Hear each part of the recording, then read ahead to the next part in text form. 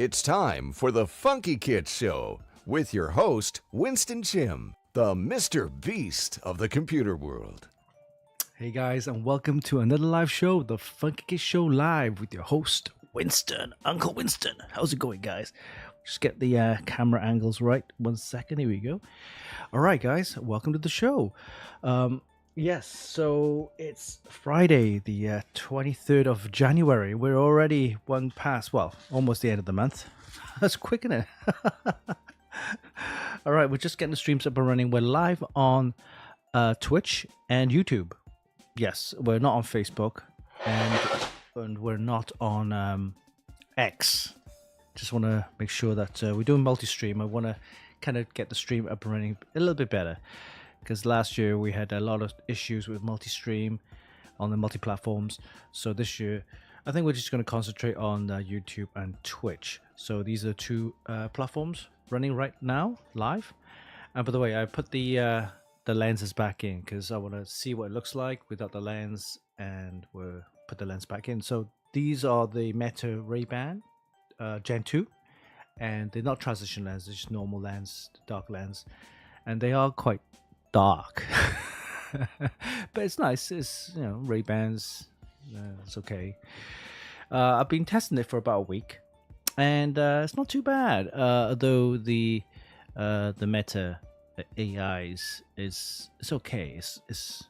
It's better than others I've tested, but it's not too bad. It's not too bad. It does give you a lot of options to play around with. You know, you can do a little video for 3 minutes, 3K resolution. It takes photos as well. It's not too bad, but it is a little bit pricey. It's 519 in Canadian dollars, and it's about 400-ish US, and about almost 300-ish pounds. So it's not cheap, but yeah, you play around with it. It's quite nice. I always wanted to get it because I want to do some video recording when I'm like building a PC, rather than having a camera next to me, or a tripod. I'm knocking the camera when I'm moving my arms around. So it's focused on the actual build if I do that, or unboxing, whatever. So it helps. Hey, welcome to the show, Aries 25 and Shreg. Hey, hope you received your prize giveaway.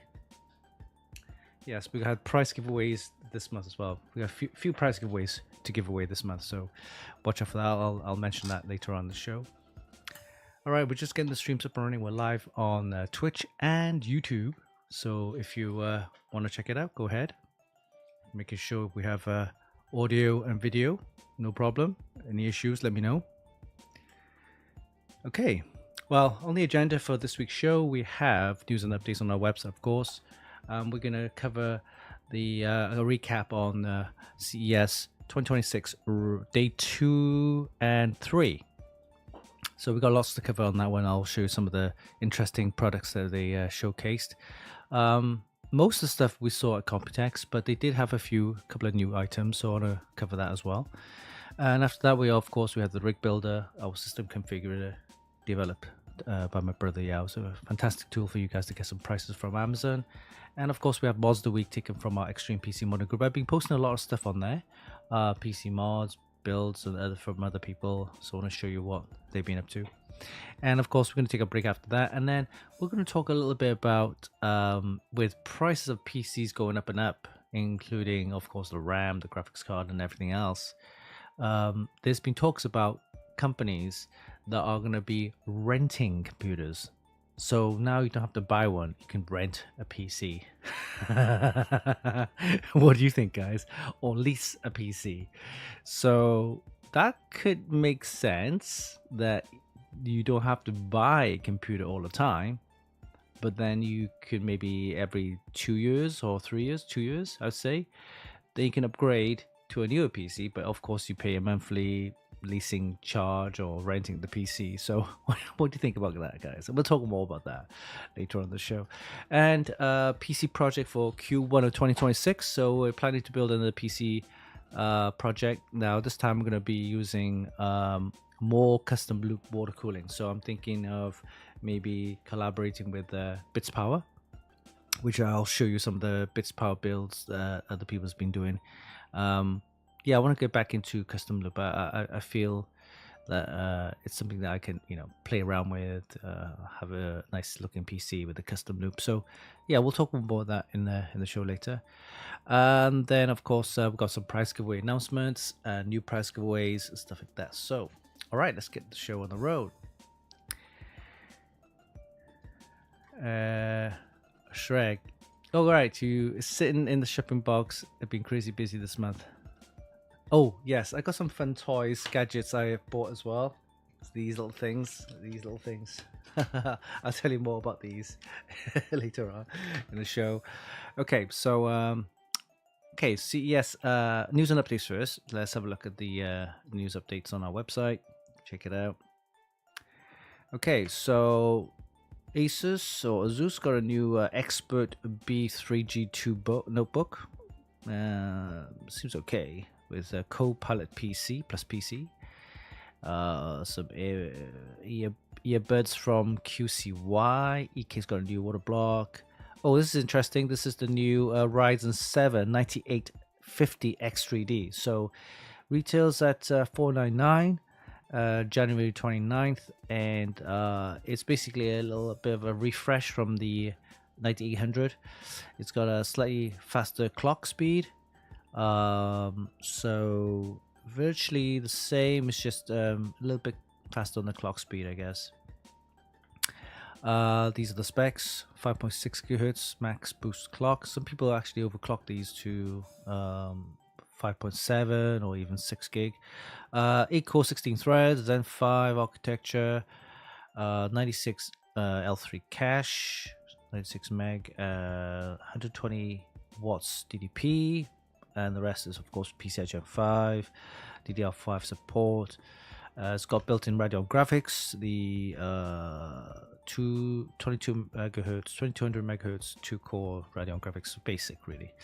Unlocked for overclocking. So yeah, retails are $499, so it's not a bad price, because the Ryzen 7 9800 X3D was touted to be one of the best 3D. I say 3D, a gaming processor out there. It beats the Intel for gaming as well, and it was a good price. So this is like more of a refresh 9850 X3D. All right. There's PNY's got a new 1 terabyte micro SD card, micro SD Express. So these are the new Express cards they have. So of course you need to have a card reader that does micro SD Express. Most of the new devices for mobile devices can support these Express cards. But yeah, you got 1 terabyte micro SD cards now. And Dorothy's got a new desk, interesting, new gaming desk. Sennheiser got a headphones. Anio, they've got this. They've been producing a lot of these handheld gaming consoles, but I haven't seen anyone actually physically got one to actually test and play with. Maybe there's a couple of YouTube videos out there, but they're making a lot of these. This one's a Pocket S Mini, 4x3 retro handheld. Interesting there. Then we have Dell got new Chromebooks for education. Fractal Design got a new case. Sparkle, for those who haven't heard of Sparkle, they've been making GPUs or graphics cards for many years. I remember one of my first graphics card on the PC side was a Sparkle. Yes, it was a Sparkle graphics card. They're making, of course, now Intel cards for data centers and workstations, stuff like that. Where else is the news? Let's have a look. Zeus got a new ROG Wi-Fi 7 router, gaming router. Nexion's got a new gaming mouse. Zeus got more Chromebooks. Then there's a programming monitor from BenQ. I'm not sure what that means. It doesn't look like it's widescreen. It looks like it's a 4x3. So you have more height in terms of the coding. You can see all the code, I guess.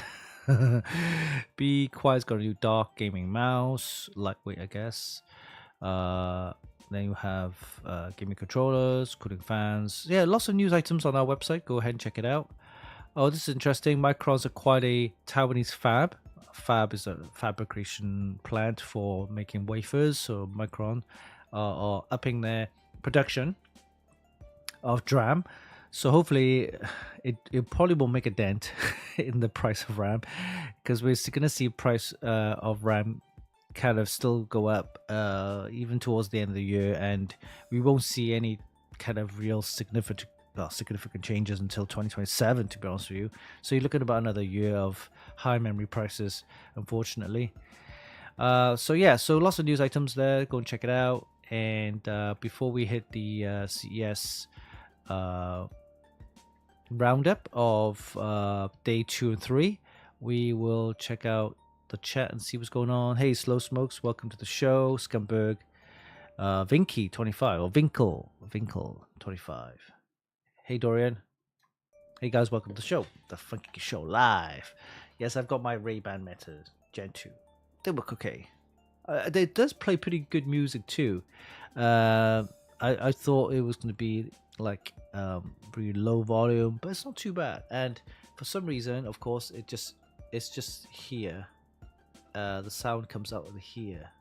It's not inside the ear. But then when you cup your ears, the sound gets beefier. Of course, it's more enclosed. All right. Well, let's get on back to having a look at the round of the CES day 2 and 3. So let's head over to the website. Okay, and here we go. All right, so let's have a look at Gigabyte day 2. That's the first one here.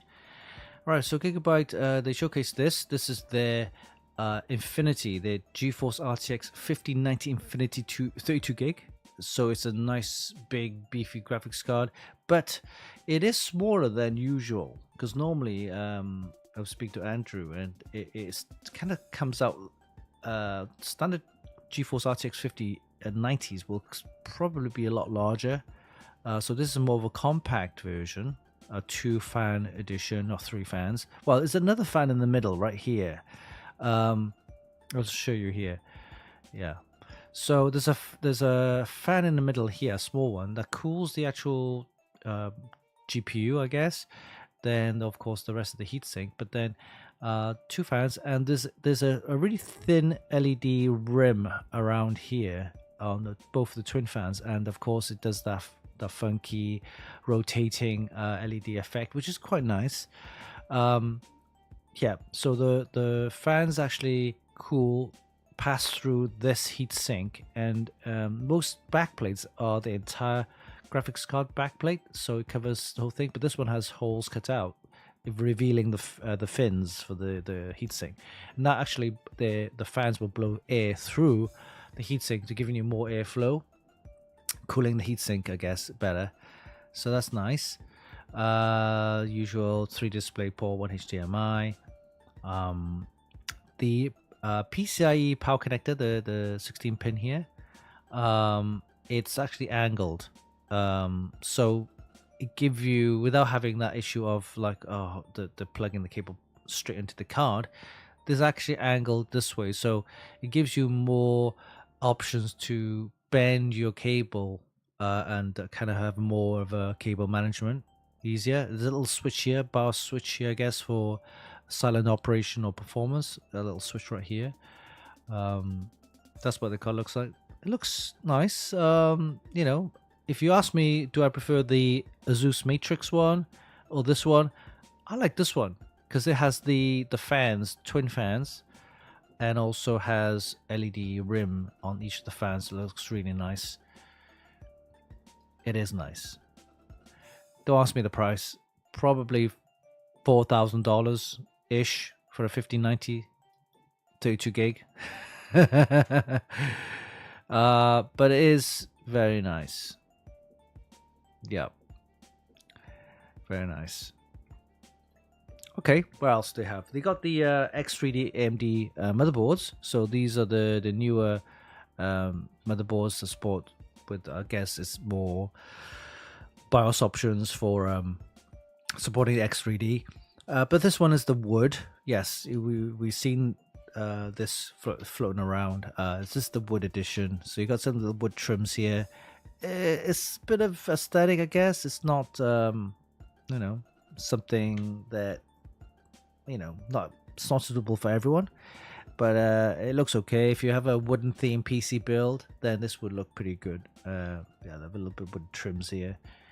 Here you go. That's the standard Z890 Aorus Elite. This is the new one. X870E Aorus Extreme X3D AI Top.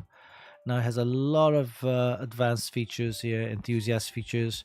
Look at that. It's got the PCIe buttons here for PCIe 1 and PCIe 2. So where's your PCIe 2? Well, it's actually covered underneath this huge heatsink, which you have to remove. And you have all the PCIe slots there.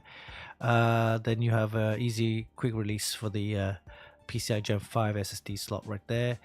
Massive LCD display for, doing all your stats, health, PC health, and things like that. There's a couple of onboard buttons here for power reset and stuff like that. So very nice, very large. It is probably an EATX format size. Nice board. Expensive, probably maybe around $400-$500. Expecting that. All right. This is the Z890 Aorus Extreme AI Top. So it's the Intel version, Intel chipset. You need the Intel chip for that. Look at this cooler right here with the for the RAM. Looks like 3 fans or 2 fans. I can see 2 fans there. Yeah, and you got LCD display and so on. So it is basically the same version as that, but for the Intel version with an extra cooler for your RAM. There's your wood piece. Yeah, the X870E Aero X3D wood. Looks okay. That's what it looks like in the system. Yeah, it's nice. Oh, it's got some LEDs right here underneath this I/O panel right there. So that's nice added kind of feature there. Yeah, that's what the whole system looks like. So it's not too bad if you think about it. It's not too bad if you can build a PC that looks like that. I do like the vertical graphics stand that they have here. I'm not sure if it's a add-on you can buy, but you can see what the graphics card is vertically situated like this, or positioned like this. So extra airflow, I guess you can call it that. There's fans at the back there to blow the graphics card. So it's nice build. Okay, so that's the Aero wood, right? What else is there? Okay, monitors. We got some gaming monitors. So these are the new 27W OLED, so the wide screen there. Gaming monitor, and then we have 34-inch or 32-inch 4K OLED. So that's nice. So we're seeing bigger monitor sizes now. So 32-inch is actually I'm using one myself. It's a 32-inch monitor. This one's from ASRock, I believe. Yes, a 32-inch OLED monitor from ASRock. But yeah, you can see that there's this is quite nice now. MSI have started last year with the 32-inch 4K. I think Azusa also has got one as well, 32-inch 4K OLED monitors. Very nice.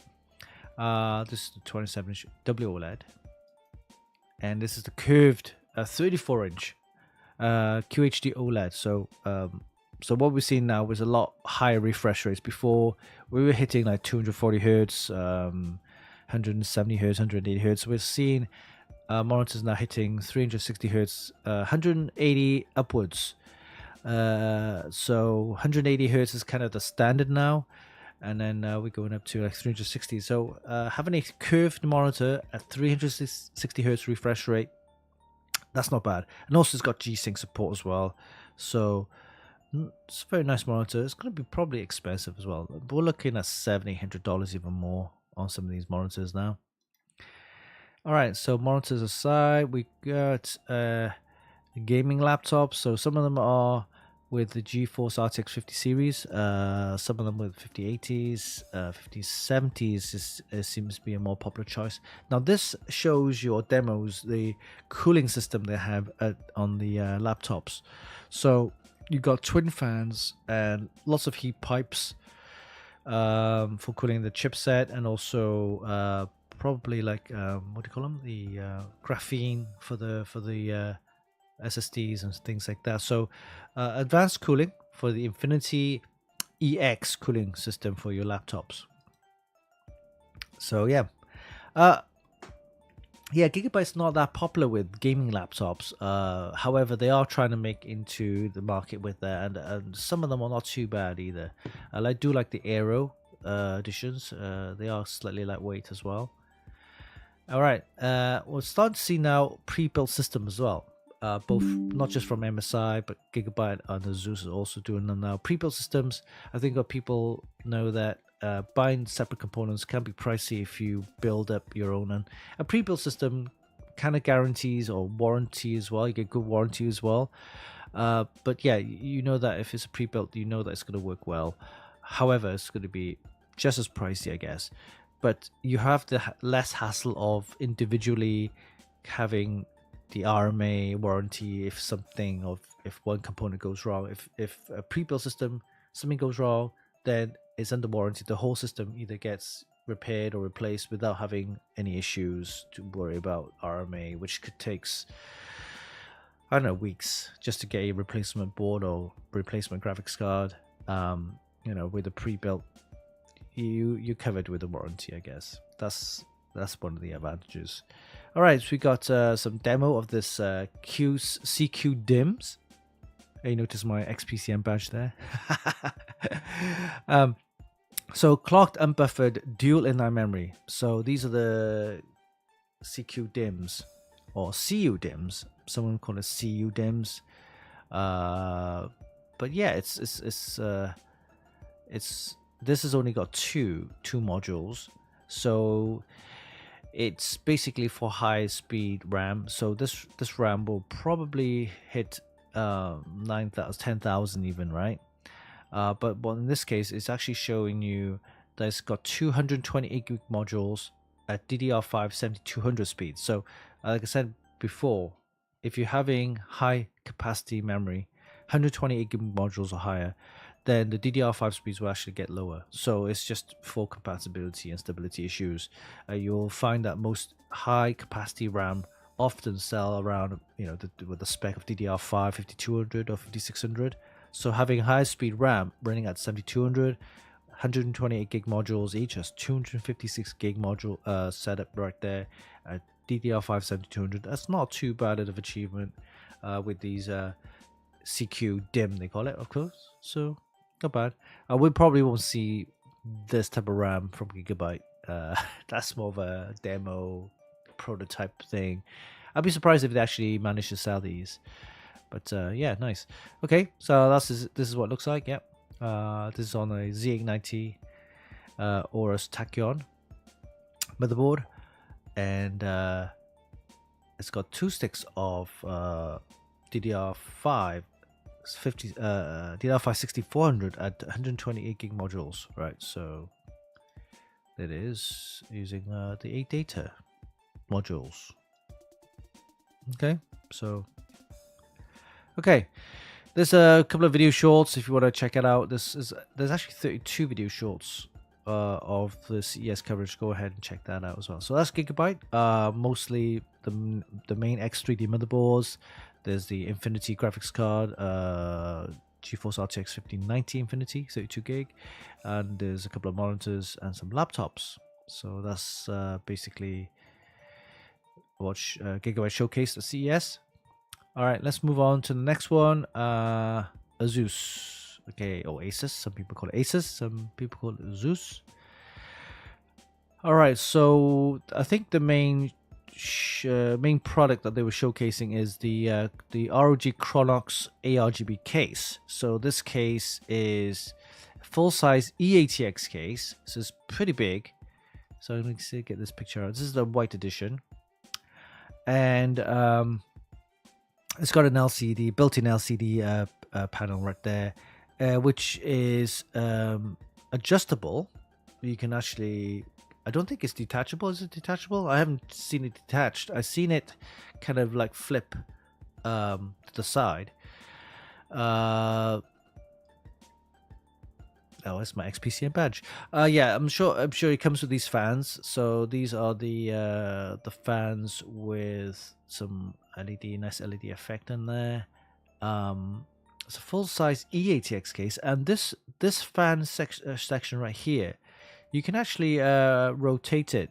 Yeah, so you can angle the airflow towards the PC or just from the side. So you can angle your airflow with a adjustable. I think it's just you just kind of move it. It's a 420. I think it's a 420, 360. Yeah, I think it's a 420 size. Yeah, right here.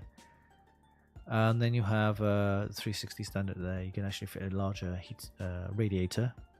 So it's a big case. Look at the motherboard. Look at full size motherboard. It sits and it ends up here.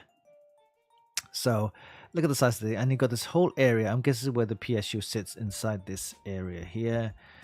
So it is a big case. Tempered glass, so of course gives you a nice aesthetic. No price yet. I'm guessing probably around about $300-ish, $400. We got some new ROG motherboards. This is the Tough Gaming B850. Of course, now the Neo comes with a nice white design. Whereas before, the Tough Gaming is usually black with some yellow trims, right? So this is a white edition. Of course, supports X3D processors. This is the X870 now. So you got the X870 edition as well. Chipset, higher end chipset. It's got more kind of heat sinks on there. And then we have, oh, by the way, look at the next one here is the Strix X870E Wi-Fi 7, the gaming Wi-Fi 7, with some extra features, including all these other features like the LEDs, diagnostic LED stop button right here. Apparently got quad USB connectors. So you can have lots of USB connectors, 1, 2, 3, 4 USB 3 there, USB 2 there, USB type E, tons of options for connectivity right here. And it's got the heatsink with the heat pipe for your SSD there as well. So a lot of features. It's got, of course, the graphics card button here to just push quick release. So it's nice. And this is the white edition, the Neo. We noticed it's got these little connectors right here. Are these connectors right here? Let me zoom it. I can't zoom it in. Okay. Right. So this one is the white edition. So you can see these connectors right here. Right there. So these connectors right here are for the new all-in-one coolers, and what it does is, if you look at some of the new all-in-one coolers, normally you have a 3-pin for your fan power, or sometimes 4-pin, and the other one's the 3-pin for the ARGB, and you need to separately plug those in. Sometimes, and if you have an LCD as well, you need another USB cable, which can also, you got like 3 types of cables coming out your water block just to get the AIO running, right? Well, these connectors right here allows for the new AIOs with literally no cables. Yes, all the pinouts for your fan, for your pump, for the LEDs, RGB, and also for your LCD USB, that's all connected through these pins right here. So now the new AIO coolers from Zeus will have no cables. You just have the tubing, which of course for the liquid coolant, and then the CPU water block will sit here, and one end of the CPU water block will have these pins, which connects directly to this. I think it's magnetic as well, so that it's easy for installation. And that gives you no cables for your 5 volt and 3 volt, 3 volt, 5 volt for the fan, 3 volt for the ARGB, and USB for the LCD display and stuff like that. So all the pinouts are right here. No cables. It's just magnetically connected with those connectors. Fantastic. I think I'll show you you can watch the video showing you how it's actually connected up anyway. Very nice. All right, so you got Asus Pro Art Series. So we got the board right there, the B850, just standard Pro Art design. It's black and got some gold trims in there. It's for the Pro Art people, right? They love that dark look, dark feel, just for the workstation. So nice. They got the graphics card as well, the Pro Art graphics card. This is the GeForce RTX 50. I think it's a 5090 or 5080 or 5090, I believe. But yeah, it's nice. It's a shorter card, smaller card with 2 fans. Again, the angled 16-pin connector right there. So it looks like. Yeah, this is what it looks like with the angled power cable or connector. You got the cable there connected, and it kind of makes it easy to kind of do your cable management. Very nice. Okay, RGB monitors. There's a couple. I didn't take a lot of photos, but there's plenty of the monitors there for there's the ROG Swift OLED, 34-inch. Look at this, 360 hertz now, so you're getting bigger screens with lots of high refresh rates, 0.03 millisecond response time for the GTG. So it's got a nice, look at that curved monitor. Look at that. World's first RGB OLED gaming monitor. Really? That's what it says there. World's first RGB OLED gaming monitor. I'm sure other people made that before. But anyway, if that's what they're saying, yeah, I guess. Either running at 4K at 240 Hz or full HD at 480 Hz. So oh, there's a toggle. So a lot of new monitors now have a new toggle button on their monitors, which allows you to switch between high refresh rate. So you get standard, like, if you have high resolution, like say 4K, it'll run at, say, I don't know, say 240 Hz, whatever, and you can switch it with a button. You don't have to go into your Windows settings or your graphic. The monitor settings. It's a button or toggle button or usually at the back of the monitor. You just press that, where the options are, the joystick is usually. You press that button and it will switch to the fastest refresh rate, and it's usually a 1080p resolution, 19 by 20 by 1080, and it'll probably give you some crazy 480 hertz, right? So we're doing the same with this monitor. I have this for the ASRock. They have a toggle button which allows you to switch the monitor modes without having to go through all the settings, right? So default is 4K. I think it's 240 hertz, I believe, or it could be 100. I forget. I forget. Let's have a look. Settings, advanced display settings. 4K 120 hertz. So this is a 4K 120 hertz.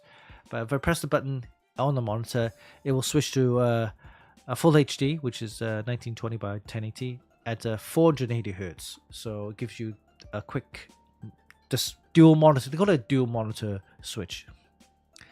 All right. Okay, so yeah, it's some more monitors. This is a 5K monitor. So I guess it's compatible with MacBooks, Macs, I guess, to give you that 5K resolution. For that, it's probably the mini display port, which is basically the USB-C type, or Thunderbolt. Thunderbolt. And then you have, let's look at the specs on that one. Yeah, so 27-inch, 5K, 180 hertz overclocked. Yeah. Oh, but yeah, you can overclock your monitors. QHD at 330 hertz. So yeah, if you want 5K, yeah, up to you. I'm not big fuss about 5K. The Mac users might. Okay, next one is this is the more of a affordable 27-inch. This looks like 4K. Yeah, 4K tandem RGB stripe pixel tandem OLED display monitor. So it's a 4K at 240 hertz. Sorry, UHD. So UHD full HD. By the way, this it's quite what's the word? Confusing. We say UHD. What is UHD? I know full HD. Full HD is 1080p, so it's 480 hertz. UHD could mean the 2K, which is 1440, right? but I don't think it'll run at 240 hertz refresh rate. Let's have a look. Does it say that on there? No, yeah. Oh, yes, it is. It is. Sorry, my bad.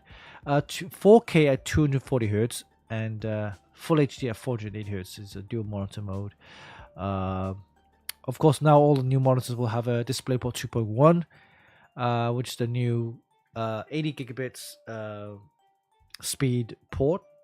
So you give you uncompressed. So before it was compressed at if you have DisplayPort 1.4, it was all the images and visuals are compressed. With the DisplayPort 2.1, you'll have full uncompressed video and images, which is great. You got the speed to handle that. All right. A ton of laptops from Asus. They got the new Glide X there with the foldable screen, which is nice. Yes, this kettle weight here, or kettle dumbbell, is actually showing you, I think it was 10 kilos. Sorry, not 10 kilos, 5 kilos. Is it 5 kilos? Or was it 10 pounds? 10 pounds. It was 10 pounds in weight. Showing you how sturdy or rigid, got the rigidity there, durability for your casing there, so that your laptop don't bend or snap. Internals of your cooling shows you what the cooling is like in certain laptops that Asus have. And then we have all these other. This is the Duo ZenBook Duo with the dual touch screens, and also a separate keyboard, which you can magnetically attach. Interesting. It's quite nice. ZenBooks A16s with the new AI stuff. A14 smaller sizes. So I said before in my previous shows that the new sizes for laptops are not 15-inch and 17-inch. It's now 16-inch and 18 inches. All right, so these are almost. Oh, by the way, look at this one here. If you notice this one here, it's got this massive trackpad, right? With no buttons, so the buttons are actually built in into the trackpad. Now this is the underside of this trackpad. Look at the size of this thing. It's even got its own processor and RAM. Right? So it's got its own processor. It's got its own RAM. Basically, it's multi-touch, and it's got a lot of gestures. You can do all sorts of triple finger, double finger, single finger, thumb, stretch, a pinch, and all that kind of stuff, similar to a MacBook, right? That's what they're trying to do. But underneath this huge trackpad we've got this circuitry right here with its own processor, its own memory. But yeah, very nice. Okay, AIO cooler. So this is the AIO cooler I was talking about, with no pins and no cables on the actual water block. So you still have the power cable, RGB and power cable from coming out for your fans. That's normal, right? For your cooling fans for the radiator. I'm talking about the water block. So you only have tubing for your liquid cooling or liquid coolant. Whereas before, if you noticed, most AIO coolers will have at least 3. If you have an LCD water block, then you have a USB cable for your powering and displaying the USB displays. You have a 3-pin for your ARGB and a 4-pin for your power, right? For the pump. But now this one doesn't have any. It's just a water block and the tubing. And underneath this water block will have the pinouts I mentioned, which kind of magnetically connect to the connectors onto the motherboard, which I showed you here. And that allows you then to have less cabling, which is great because I hate those cables. They were just so, well, one, they're ugly, and two, you have to play around with the USB cable and the power cable, the RGB cable. It was just a bit of a mess. So this new all-in-one now has no cables. Perfect. It's just the tubing. It goes into, now most AIO coolers now, the newer type will have the outlets and inlets and the center. So this is the center one, okay, which allows you then, rather than have this huge droop, which you saw most AIOs will have, because the tubing comes out at the end of this end or that end, so you have to figure out where you want to droop. So most people put the droop at the front there, so the tubing droops down. It's kind of a bit ugly. But now the new AO coolers will have the inlet outlets for your tubing at the center of the radiator, which allows you then to have one shorter tubing for your liquid, and also less of a droop as well. So you can see that that's quite nice fitting there. And this is what it looks like. No cables. Look at that. Now again, the connectors are underneath here. So you saw the board where you have those connectors. So I'm guessing these connectors are underneath this water block right there. Very nice. So no cables. Looks very clean. Very nice. All you have is the inlet and outlet for your tubing for your liquid coolant there. See, now this one has the cable. See, this is the other all-in-one cooler. And this one is the is it? I don't know how you pronounce it. Is it Ryo? 4 360. That's a Ryo 4 360, the new updated version. Yeah, I guess that's cable, USB cable, I guess.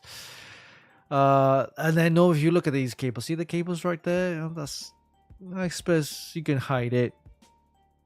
I guess those pinouts for your AIO is only so you have to have that motherboard, right? So if you buy the AIO cooler with the pinouts like this one right here, that will only fit in an Asus motherboard because they have connectors. So it's similar to the BTF, right? The BTF motherboards where you have the no cable for the power for the graphics card, that you have a proprietary connector at the end. And that only fits the Asus motherboard. So I guess if you go proprietary and if you go Asus, then you have to get the Asus board, you have to get the Asus AO cooler. Everything has to be Asus, right? So you can't just whip out this AO cooler and put it into another system because you don't have the connectors on the board to support this. So that's the only downside, I guess. But yeah. All right. Oh, this is where the LCD comes out. This is the black edition of that case. I'm sure you can magnetically connect that anywhere, but this build has this LCD at the bottom, and you can kind of detach it out and have it angled, have display right there. Hey, Asus, welcome to the show, Asus USA. Yes, the QAO is exclusive to your X. Yeah, I thought so. Yeah. It does come in a box of adapters. Oh, it does have an adapter for legacy motherboards. Oh, very good. So that's good thinking. Because if if you just have the AIO and you can't use it on other boards, that'd be a pain. So yeah, that's great. As we didn't see the adapters or the connectors at the show. So yeah, having to know about that is great. So there's the AO cooler. So if you have the connectors that work with other boards, that'd be great. Yeah.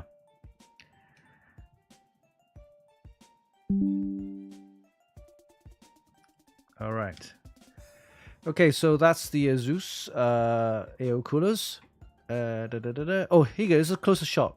It's not very clear, but you can see where the connectors are, and the AO cooler sits on top, and all the pinouts are connected up right there. So you have no cables apart from just the tubing there. Very nice. Okay.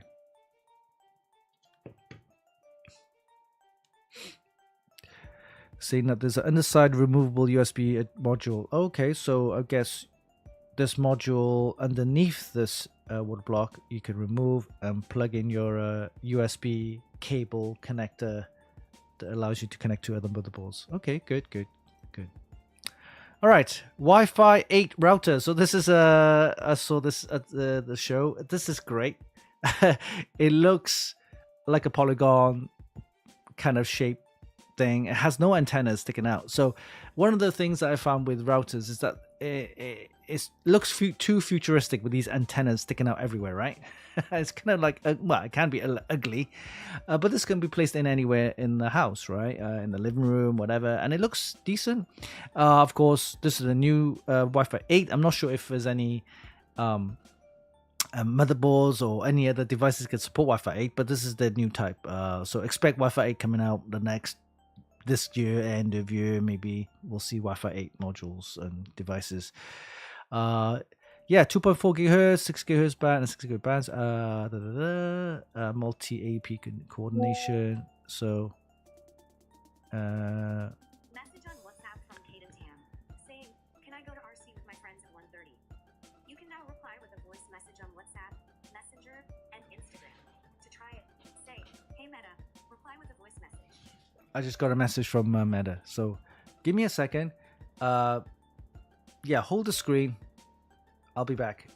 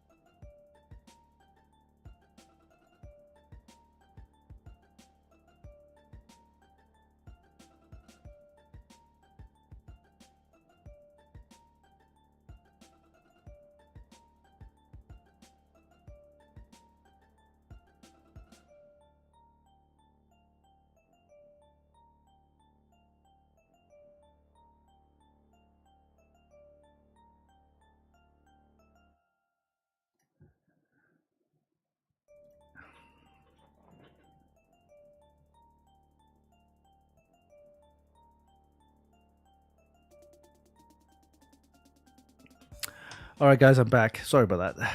There was a request from my stepkid. All right, so talking about the Wi-Fi route. So Wi-Fi 8. Yeah, this is the only one I saw actually. Didn't see anyone else with the Wi-Fi 8. There could be. I might have missed it, but this one really caught my eye. I like the shape of it. You could check the video. I did a video short as well. You could check out the video shorts. There's 32 video shorts on CES. So there's lots of content there. So Wi-Fi 8 router, AIO coolers, new AIO coolers from ASUS. Nice one. A lot of new notebooks from ASUS and also Chorus monitors. Nice monitors there. The ProArt series of products, the new Max boards, supporting I say Max boards. These are the new Neo boards supporting X3D chips, and the motherboards will have the new connectors for your AIO, and then the new case, of course, the ROG Chronox ARGB case. You check out the video short right there. So that's that. All right. Well, I'm glad ASUS is online. If you are ASUS, officially ASUS, I'm glad that you joined the show. By the way, we will be working together later this year or the next few months. I've spoken to you guys. I won't mention the names, but I've spoken to them, and we will be doing a lot more this year with ASUS, because the last few years we kind of like miscommunicated, we lost communication, and now we're back in. Hopefully we'll do a lot more, so it'll be a lot more content, a lot more products to review, and also projects to be built. Yeah, so we do build projects. All right, glad that Zeus is online. I will have to cover other products, other brands, so if you stay online, fine. If you don't, I understand. All right, next up we have MSI. Okay, so MSI, let's have a look at what MSI have. They also showed their new case. So this is their new Meg Maestro 900R case. It's huge. This is huge. Look at the size of this thing. It's got more of a kind of gold gray color scheme going on here. Tempered glass, curved at the edges right here. One thing about this case is that it has a rotatable motherboard tray, so you can orientate your motherboard however you want it. You can have it upwards, downwards, sideways, left, right, however you want your motherboard to be rotated, right? And you have these rotatable or fan kind of angle, the way that you can actually angle your fan for the airflow. Where else is there? Here you go. So yeah, so 4-way direction motherboard tray. You've got triple-sided type of glass, which it's triple-sided, but it's curved at one edge. Dual front I/O modules. Okay, detachable. Detachable tray, which you can use as a test bench, I guess. Vertical GPU mount. That's kind of usual standard. Yeah. GPU up to 400 millimeters in length. CPU cooler, max height 170 millimeters, and eATX format. So yeah, this is the detachable, rotatable motherboard tray. It is big. You can whip it out and use it as a test station, I guess. That's an interesting idea. I was thinking of upgrading my test bench, but this one has a detachable tray which can use, so I could use this. But anyway, my test bench has a built-in PSU, so it may not work as well. But yeah, this is a huge case. You can see that there. Okay, I'm not sure about the price, but yeah, expect to see that. Yeah.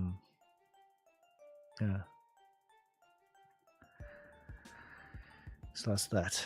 Okay, this is the liquid cooler. This is the Meg Core Liquid E15360. So this is nice cooler. It is nice cooler. Again, it has a curved screen, curved LCD screen, and a detachable. It's detachable as well, by the way.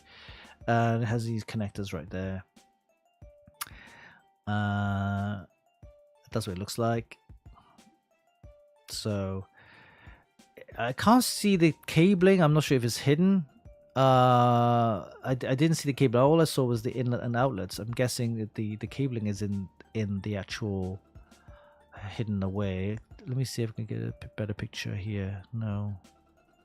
Yeah, I think you still need the cables for that, for your LCD USB 3-pin RGB. When there's no RGB, so it's yes, you have LCD and the pump. Okay. Oh, it is big. It is a 6.67 inch 2K curved display, OLED display. And installation is streamlined. The MSI Easy Connector. So, right, yeah, it has an Easy Connector interface and consolidates the ARGB lighting, USB signals, into the motherboard. So yeah, so the motherboard, or the MSI motherboard, will have the Easy Connector pinouts, which I've seen them on most of the boards. And you need that cable, that special one cable, which connects up to the actual wood block. So yeah, I've seen that one. Okay, fair enough. These are the MPG air coolers. So detachable LCD display. There you go. That's what it looks like. This is the MPG Core Frozer AP17, and this is the other one, AP15. So the AP17 has the entire top here you can remove. Of course, you have the LCD display. This one has just the top part. Air coolers, nothing special about it apart from that. And then you have the AP15. Here you go. Just comes off. Power supplies. So they were showcasing us the new power supplies, the MPG AI 1600 TS. So this is a titanium edition, titanium 80 plus titanium efficiency, PCI Gen 5 of course, ATX 3.1, has 12V 2x6 connectors here for your graphics card, and has this USB port which you can connect to your motherboard, I guess, and it gives you monitoring as well. And there's an LED somewhere. Let me just check. Here you go. This is the software they use, and it allows you then to monitor the temperatures and the voltage and stuff like that on the 12V 2x6 connectors. So if it overvolts or over temperatures, it overheats, then you can shut it down, right? Or it will give you an alarm. It also gives you an alarm as well on the PSU side, right? So the PSU will have a little speaker built in, apparently, and it will beep. It's telling you there's an issue with the power. All right, so these are available for your MPG series, AI 1600 and 1300. Later on, it'll have it for the MAG, a 1200 and 1000. So you got a dual 12V by 16 on the MPG versions, and the single 12V 2x6 on the MAG series. All right, so you got real-time monitor on there as well for the MPG. This is where the USB port comes in. You can connect up to your motherboard, of course. Then you have extra functionality to monitor your PSU with the software, with the MSI Center. And with this one, this haven't got the USB port, so you're just going to get the alert buzzer and also protection on the single 12V 2x6 connector. All right. Yeah, that's the USB port I'm talking about. Okay.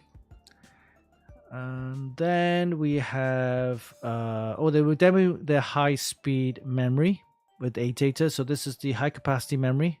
This is clocking up to 10,000 MTS. So 128 gigs. So 2 sticks of that give you a 256 gig 2-DIMM setup, which is the CU DIMM speeds overclock there. Very nice. Notice there's no heatsink on there. Yeah. They also have the Max motherboards, MSI Max motherboards. This is, of course, the supporting the X3D, AMD X3D chips. The Max series boards will, of course, now include the white edition there. Got this new edition, the MEG X870E Unify Max, Unify X Max. Lot more heat sinks, I guess. Dedicated 2-DIMM layout. Okay, so this is only for I'm guessing is for purely for overclocking. I guess you have 2 DIMMs rather than 4 DIMMs.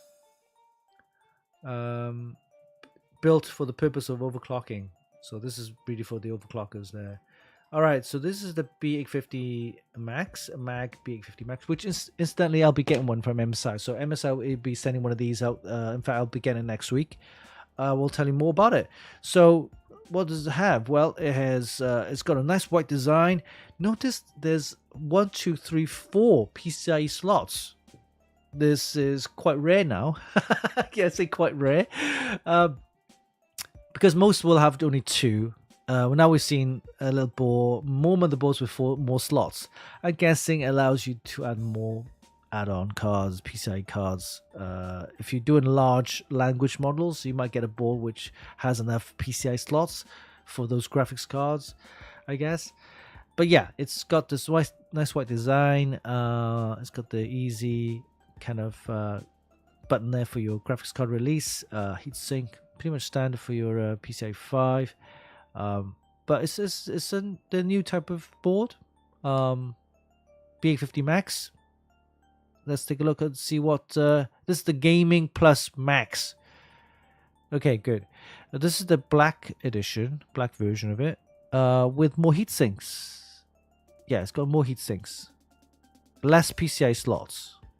This is the Tomahawk Max. Okay. This is Tomahawk, which we think we already reviewed, so we saw that already. This is the new one. Sorry, this is the new one. All right. Oh, this is the Mortar Max. So this is the micro ATX version of the board, which is okay. It's people do like smaller sizes. If you don't need those PCI slots, if you want a compact, small footprint board, there's the micro ATX size. Is fine. It's nice. But this is the Pro Max series. So this one has the X870E chipset with 5 GB LAN, also 2.5 GB LAN and Wi-Fi 7, 64 megabyte ROM. So this is the new Pro Max series. This is you got the motherboard, you got the graphics card, you got the all-in-one cooler, power supply, and also the case. All right, so this is the motherboard. Nice heatsink because it's kind of mirror, slightly faded out mirror effect to it.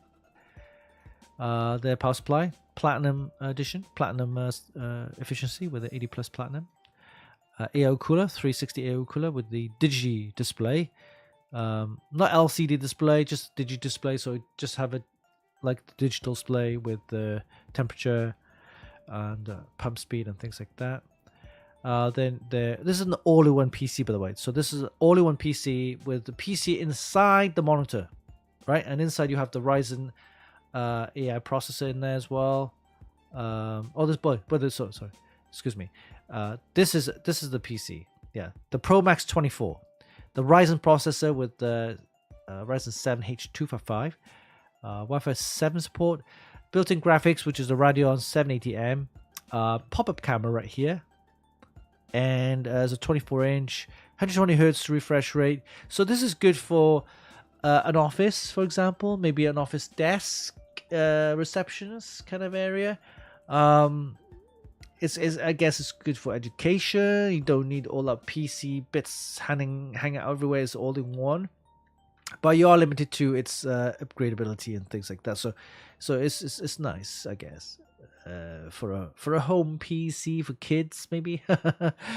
Well, this is the monitor I'm talking about. This is just a standard monitor. This one here is the Pro Max 27-inch monitor. It's okay. It's usual. What does it have in there? Yeah, 27-inch.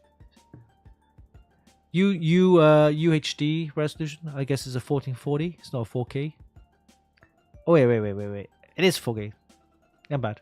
Correct me. Yes, it is 4K. 4K 120 hertz.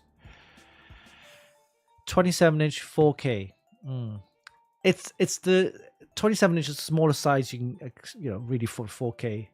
If you want really a 4K, I'll go for a 32-inch. But yeah, 27-inch is about the bare minimum size because at 4K resolution, your text and your pixels get too small.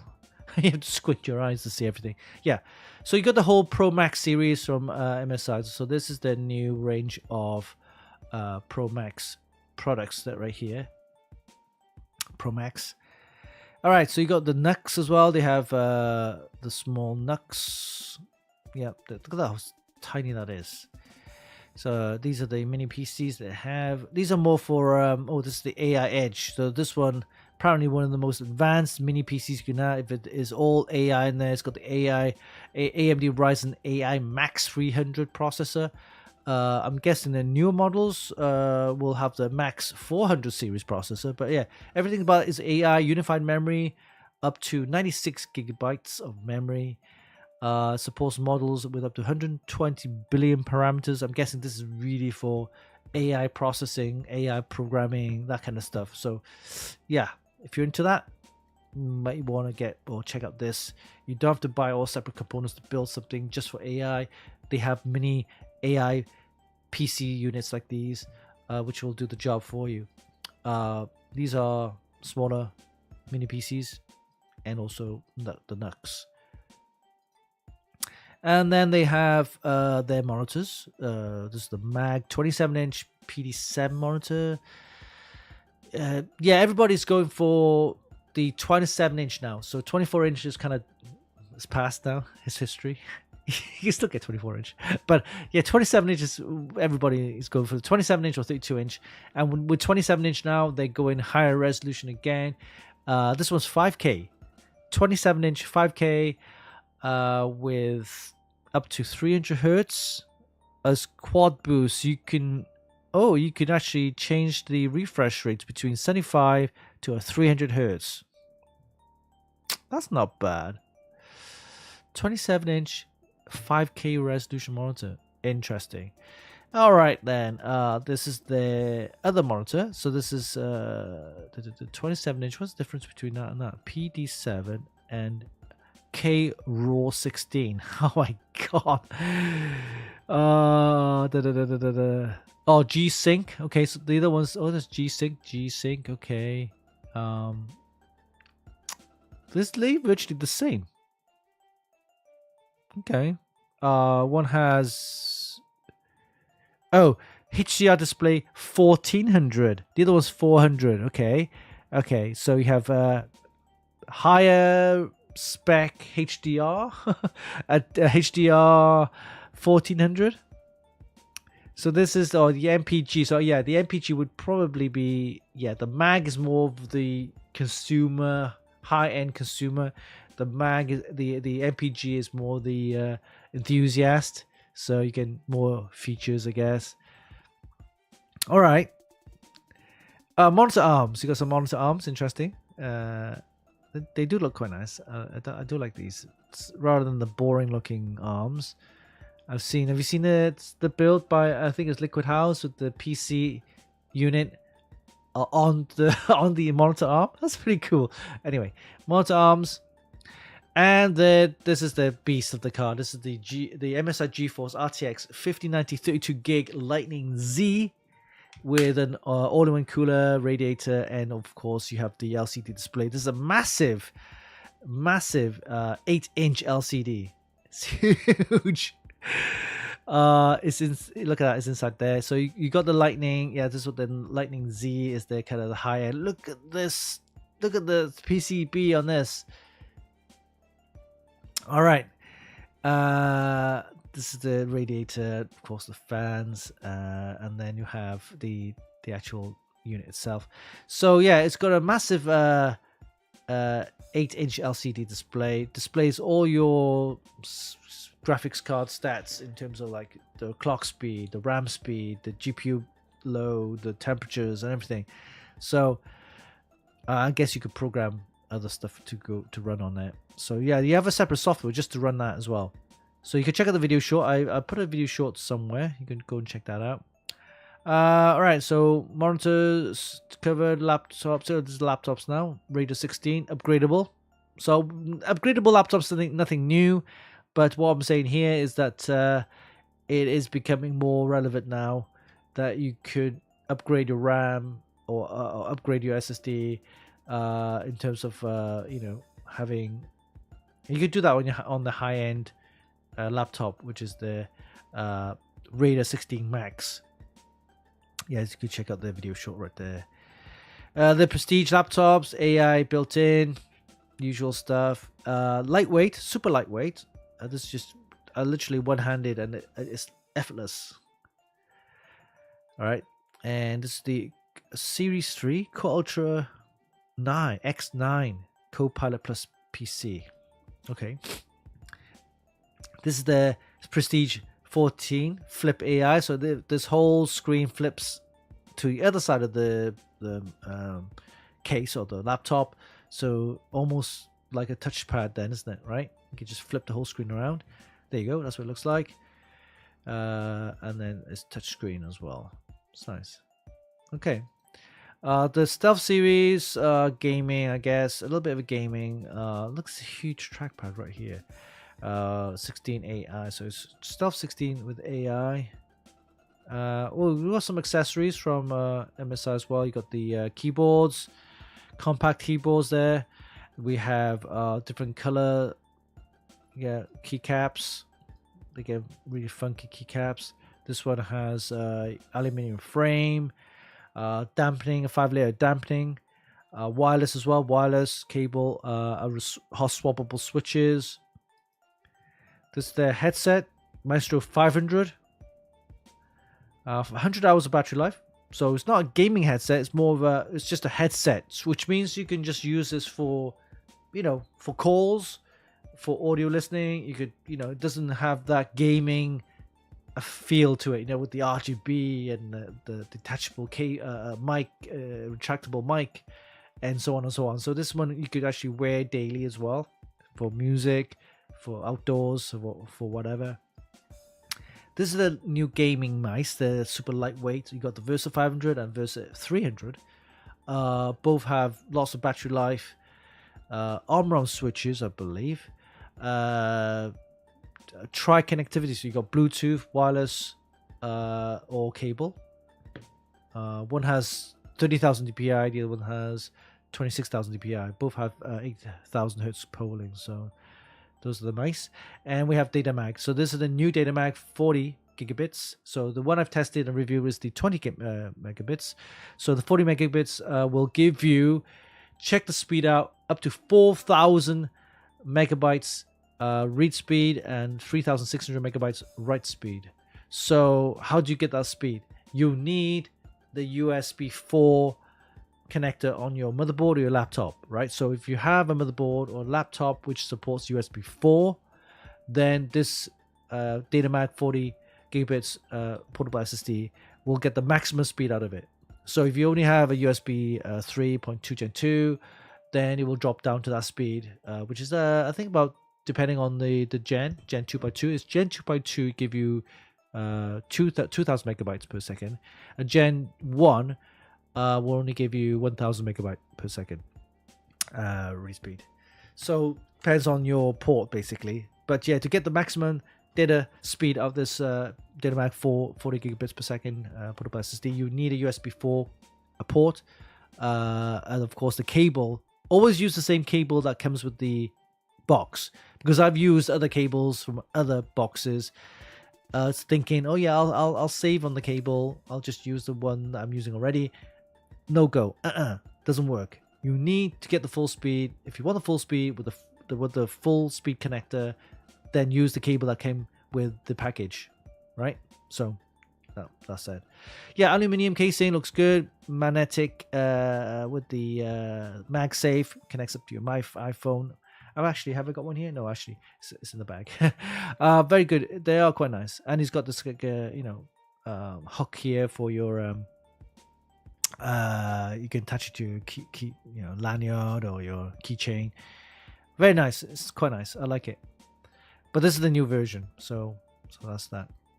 And this is the Gen 5 SSD M.2 M571 DLP.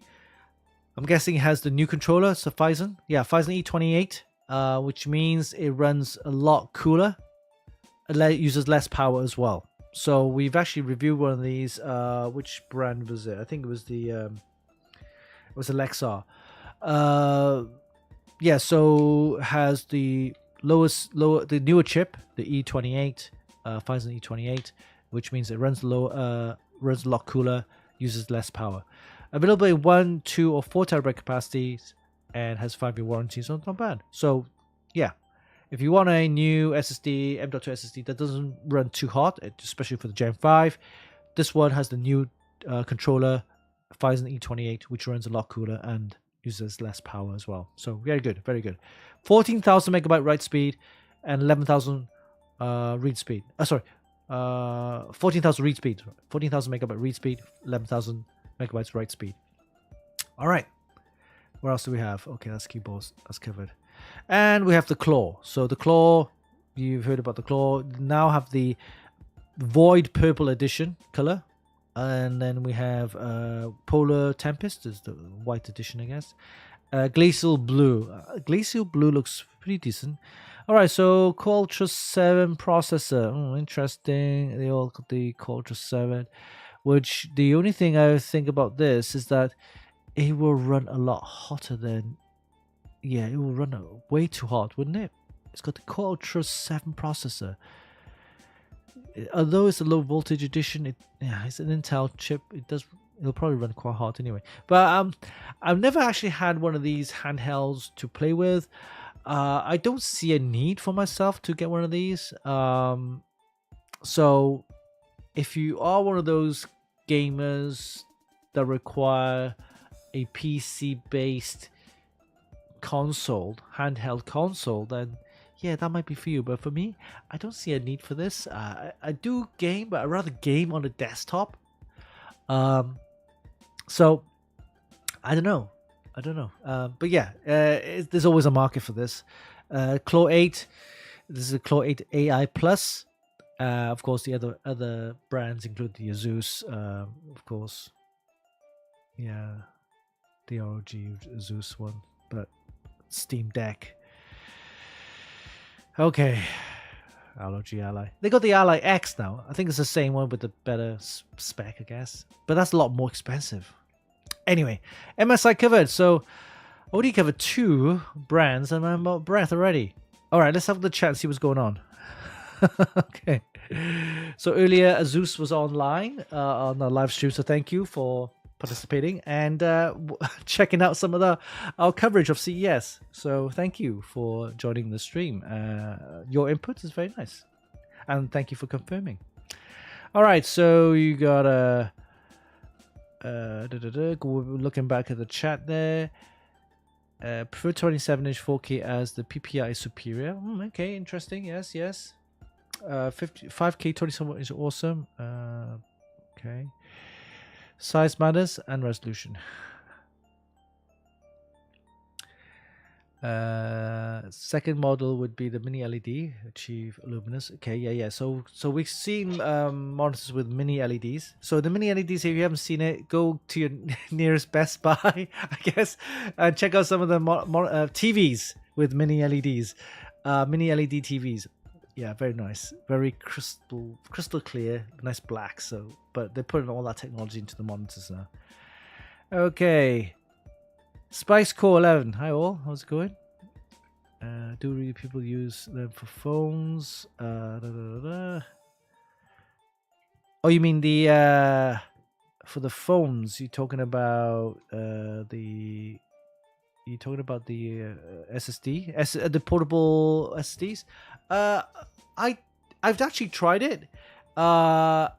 It's not while I'm recording, because it's a bit flimsy. It can't, although it's got MagSafe, it can come loose. I tend to record a lot of footage on the phone, then use the USB to connect up to the external SSD, and just transfer the files over. And that's, yeah, that way. We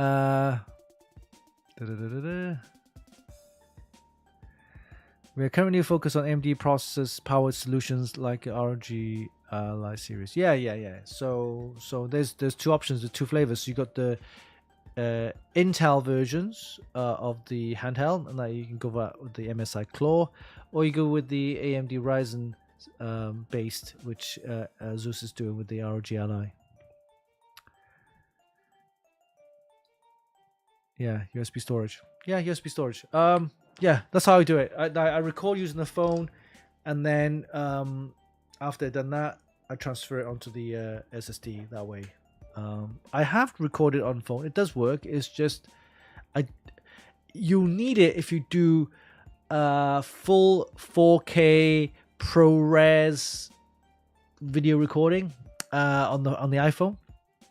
The reason why is the ProRes will eat your data like nobody's business. I mean, I did like a 3 or 4 minute footage, and it was like hundreds of gigs. It was ridiculous. It was like, what? I only filmed like 3 minutes, 4 minutes. But yeah, those are for like professionals that do use the filming rig on their iPhone. You get a rig, a frame, and they attach the iPhone on there, and they attach like the LEDs and the lighting and the mics and everything, and they use that as their filming rig. Then if they film a ProRes 4K with everything on, then you probably do need a storage device that record directly on there. And I have tested it. It does work pretty well. All right. So I've only covered 2 brands. I'll try and do 2 more, shall we? We're there. Yeah. Okay. 8 data. Let's have a look at 8 data quickly before we do a break. Okay, 8 data. This is where, oh, there you go, XPG and 8 data. This is the what I'm talking about. This one looks pretty good. I like this one. It has a power bank, which is MagSafe connection. You can connect up to your iPhone, and it also has a built-in SSD, which is this compact little unit there. And you have a stand, a pull-out kind of latch that acts as a stand. You still need a USB cable to connect, of course. But this is the unit I'm talking about right here. If I do see it here or right here. So yeah, so if you're a content creator, I'm talking about these frames here, the phone's frames. You can attach all sorts of weird things to it, like mics, lights, and all that kind of stuff. And this one, micro SD cards. Yeah, okay, fine. This is it. The power bank SSD, SR800. So it has the power bank, 5,000 milliamp, which, to be honest with you, it's okay. It will charge a phone, really. In today's phones, anyway, a phone and a half maybe, but it will charge a full phone. With a built-in SSD, which is detachable, by the way, so you can actually detach this off and use it as a standalone SSD. You can plug it into your iPhone and connect up and record directly. So 1,000 or 2,000 gigabytes. So it's, yeah, 1 terabyte or 2 terabyte. Speed wise, 2,000 write, 2,000 read. That's fine. That's decent enough. Yeah, this is the 20 gigabit version. USB Gen 2.2. Yes, so it's not Gen 4. USB 4. It's just Gen 3.2, Gen 2.2. So yeah, I'm interested in this. Isn't this quite nice? You could check it out. That's what it looks like. I think Ego is detachable. Yeah, it's detachable. I prefer a 10,000 milliamp power bank. That would have been a lot better. Has more usage. You can recharge not just one phone. You can actually charge 2 phones with it. All right, going back. Let's have a look what they have. They have the CU DIMM with the overclocked. So we saw this at the MSI and Gigabyte. Other RAM include the new Lancer CU DIMMs. See the CU DIMMs go up higher. You can see that's 8,400, 8,800, and 9,200. 24 gig capacity modules there. Yeah, forget. I mean, if you told me 3-4 months ago, these will probably like a 2 module 48 gig kit will probably cost you about $200. Forget it now. It's going to cost you over 1,000. Yeah, 1,000. Lancer CUD. Yeah, this is the demo version of it, and this is the Lancer Neon. So it has a kind of like a nice infinity kind of mirror finish here somewhere. Yeah, I think. Where they? Is it this one or this one? Oh, there you go. Sorry, this is the infinity one. All right, going back to this one. This one has the recycle. Yeah, uses recycled materials. 50% recycled materials apparently. Available in 6,000, 6,400, 7,200, 8,000 megabyte speeds there, or MTS. So those okay, eco-friendly. Lancer DDR5 RGB, yep, CU DIMMs and demo. Yeah, this is Nova Key RGB. So this is Project Infinity. So this one has a mirror infinity effect on the top part right here. So it gives you that kind of nice aesthetic. RGB, of course. Same speed, 6,000, 6,400, 7,200, and 8,000. DDR5 speeds, and capacity of 16 gig or 32 gig. Made with 50% recycle as well. So pay dues. Well done to Adata, Adata, and also XPG for taking that initiative to go recycling with their materials. Very good. The world's first infinity mirror effect RGB gaming memory. Okay, if you're into that, they have it. All right. Standard DDR5 CU DIMMs. These are the boring, no heatsink, no RGB. Great for workstations and servers, I guess. You don't really need the RGB. So yeah, speeds wise, 7,200. That's, you only get one speed in. That's available in 16, 32, or 64 gigs. So that's that. This is a close-up of it. Yeah. Okay. All right. Then we have our DIMMs. So these are registered DIMMs. These are this brand, the AData brand or sub-brand called Truster. So again, they're more enterprise, more AI related, server related, and they have registered DIMMs for certain enterprise applications, servers again, data centers, stuff like that. So you won't really see this kind of product in the consumer, but mostly for data centers, enterprise, stuff like that, or workstations. All right, so we saw that earlier, yep. And then M.2 SSDs, you've got this Mars 980 Blade, PCI Gen 5. I believe we reviewed this one, Blade 980. We might have, we might not have. Let me just check. Sometimes we review things and we forget we forget where we are with some of the review items. There's so many items that we've reviewed in the past. Okay, 980 Blade. Let's have a look. Let's do a search here. Yes, we have reviewed it. The 2TB version. Very good speed, 14,000 read and 13,000 write. So it uses the SMI SM2508 SSD controller. So it's got a thin aluminum heatsink. So yeah, it's okay. All right, and then that's what it looks like. This is the 970. So it's lower speed, 11,000 read and 10,000, right? So it's still fairly fast, you know, and has a thin aluminum heatsink and PCI Gen 5. Yep. So if you want a cheaper option, then the Mars 970 Plus is also to be considered. 11,000 read, 10,000 write. Still fast enough. Good enough. All right. So it looks like. Oh, this is the Pro version of the 980 with the heatsink and fan. Is a cooling fan in there? Yeah, you get a cooling fan there. Now, I'm okay with fans, but this one, of course, the only thing with fans is that it's mechanical, it's moving parts. You're gonna get dust. You're gonna get fan failing. So, up to you. If you like a heatsink with a fan, then this is for you. But you can get ones. I mean, the motherboard heatsink for the SSD is fine, to be honest with you. And the motherboard heatsink will have heat pipes. Some of them will have heat pipes. I know the kind of higher end and enthusiast range will have heat sinks, the M.2 heat sinks with heat pipes. That's good enough. But yeah, if you don't have a board with that, then this one you can have it with the heat sink and a fan. So that's that.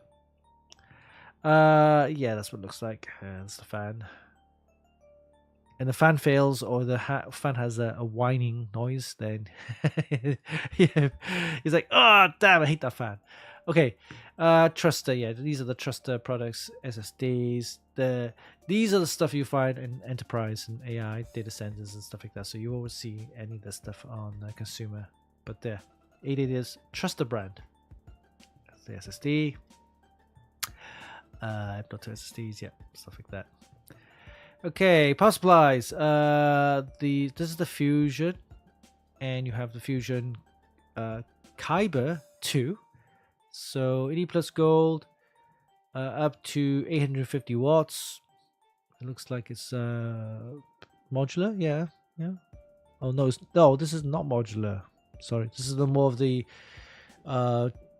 budget conscious. Yeah, budget end for the builder there. Kyber 2. Then we have CyberCore 3. This is a modular Platinum 80 Plus, higher end with the Japanese capacitors. So 1000 watt and 1200 watts. The PIM Core Platinum. So this is the tiny. We've seen a lot of SFX power supplies. So this is the 880 version of it. Platinum 80 Plus. Very nice, modular. And then you have Pylon 2. This is the cheaper. Yeah, this is the more cheaper brand as well. The cheaper budget. Now this up to 750 watts, but goes all the way down to 550 watts. 80 plus bronze and silver. So that's good enough. That's the power supplies from Data.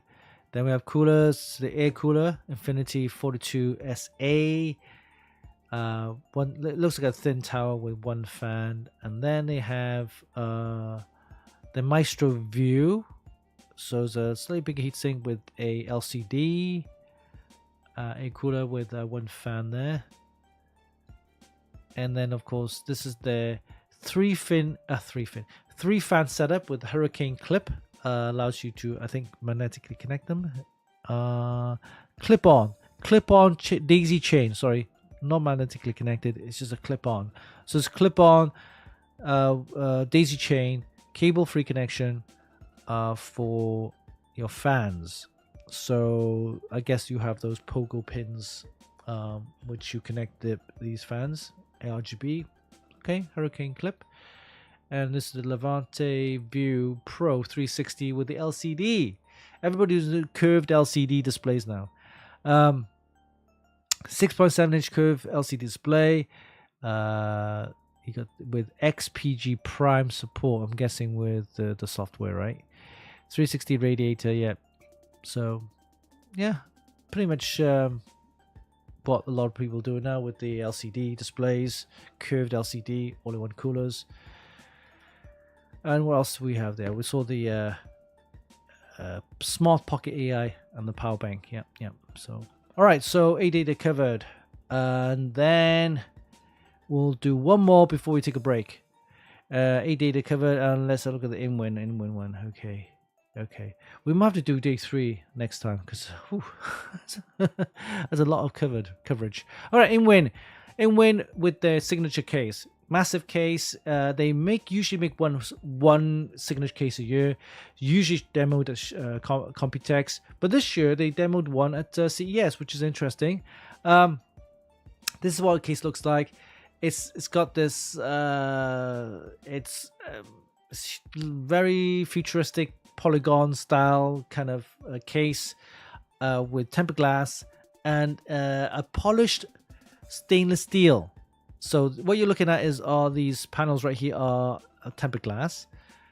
Okay, at the back side here, which you can't see, so you got 1, 2, 3, 4, 5 tempered glass panels, and at the back here we go. You got 5 stainless steel, polished stainless steel backs here, which is literally like a mirror. All right, so yes, it's very, very polished. Okay. In there you got your motherboard, of course. You got the 360 radiator, distro plate at the bottom here, the tubing's all nicely done. And oh, look at my XPCM badge. So this is called the Eon. All right, the Eon. Only 20 pieces will ever be made. So they're making it a limited edition run, 20 pieces only. Don't ask me how much it'll cost. It's probably in its thousands.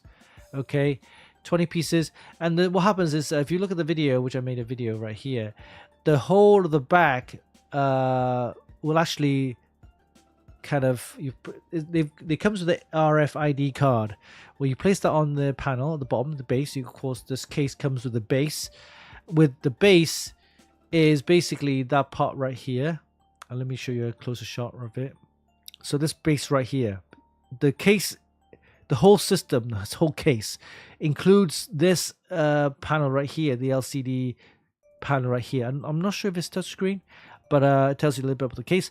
Then there's this RFID panel right here, which it comes with the card. You place the card on top of the RFID reader, and then this whole backside of the case kind of lowers and you can access your components. It's crazy. It's got these huge hydraulic pistons in there with the motor, and the whole thing has its own power supply to motor to drive the pistons. The pistons, basically they are pistons. We call them pistons, but they're hydraulic pistons. Yeah, crazy. But yeah, very nice. Eon in-win Eon case. We saw that there. They have this AO cooler. I think we've seen them on their website. There's a few models there. These are the other cases. Again, these ones we saw at Computex. W50. Then there's the W3Z again. It's a more compact one. D-Lite Flux. This one used to have aluminium frame. Now they put I'm not sure if it's steel frame now or plastic frame. but it's made it cheaper because of the tariffs. But yeah, it's cases we saw at Computex. They had a bunch of server stuff, including this one. It's like I guess is a, what do you call it? Yeah, SAS drive, or what do you call it? Yeah, it's like a NAS drive, SAS drive kind of unit there. You can replaceable or hot swappable drives you could just take out and stuff like that. This is the server audio and cooler, or I should say workstation is designed for that. Then they got some cooling and also cabling for this chassis for server related. You see the PCIe slots here. These are for the GPUs, right? Yeah, not for mining, for AI. Looks at a lot of people now. You know the old hardware that they had for mining, and the graphics card is like can't compete with the newer, the newer codes for mining. All those are now being used for AI apparently. Anyway, so that's pretty much it in Win. We could be doing more collaboration in Win later on in the year. We'll see how it goes, but yeah, that's in Win for you. Whew. Oh, so we covered all of that. Shall we do? Yeah, we'll do day 3 next time. So day 3 will include tracks, thermal take, height, Bywin or Bwin, Endorphy, and also PC custom PC mods at Bits Power. So we'll do day 3 on our next show. So we're gonna take a break. Whew, that was a long one. Hey guys, welcome to the show. We're just in the middle of it. Yes, we covered the CES day 2 only. Ooh, there's a lot of stuff we covered. And we'll do day 3 on our next show, okay? Again, if you want to go and check it out, go onto our website. There's plenty of content there. All right, we're going to take a quick break. And after the break, we're going to talk a little bit about renting computers. People are thinking of renting computers now instead of buying. Yeah, renting and leasing computers. And the other one is, of course, we got a project 2026 Q1. So we got a project PC build. We're thinking of doing a project. So Zeus, if you're listening, which you've been, I guess, thank you for participating and also joining our show. We're looking to build something for 2026 Q1. If you are interested, please let me know. I will. We'll talk about it. And we'll not just talk about it. We'll talk about it and then we'll action it, okay? So we'll need some bits like motherboard, graphics card, and stuff like that to build up a system. If you want to check out some of our previous builds, you can go to here. Let me just check out. There you go. You can go to articles and mod my box, okay? So mod my box. This is where we done all our PC builds. So we done one, of course, with height. This is the Gigabyte build. This is the MSI build, Corsair build, then these are the GameMax here. We did the more Corsair builds, we did the Thermaltake build, more Corsair builds, Asus build, Thermaltake build. So we did a lot of builds. It'd be nice to have an Asus build, all right? So you can contact me at winston@funkykit.com. Yeah, funkykit.com, not funky kid. Funkykit.com. Okay, so winston@funkykit.com, and let me know. Let's work on a project. We can build something, and of course we will showcase it on our live show. We will then promote it on our social media, do a build log, and all the video shorts and videos to go with it as well. So it's something that we can collaborate for this year, if you're interested. All right, so we're gonna take a break, and then come back. We'll talk about all the other bits, and enjoy. And we'll be back in about 5. See you back.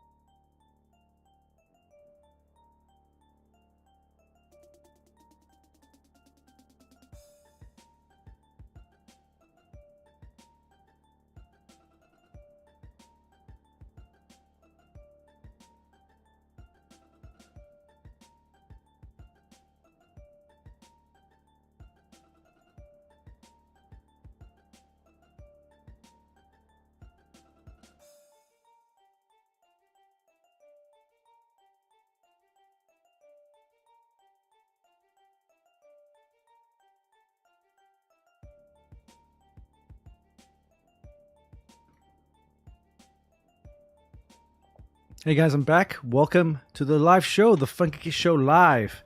So earlier we did CES coverage of 2026.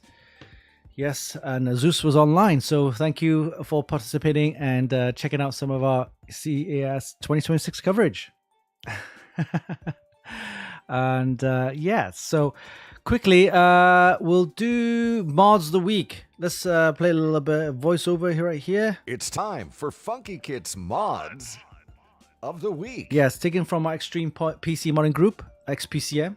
Yes, you see that, XPCM. Yes, and we'll be pushing this brand, throughout CES, of course. We've seen some photos with the XPCM badge on their products here. So more about that later on in the year. We're going to be trying to promote this a little bit more, and of course, hopefully have some co-branded products or maybe some collaboration work together with some brands as well. So watch out for more of that stuff. Mods of the week. Let's head over there to Extreme PC Modding Group. And let's go over there right now.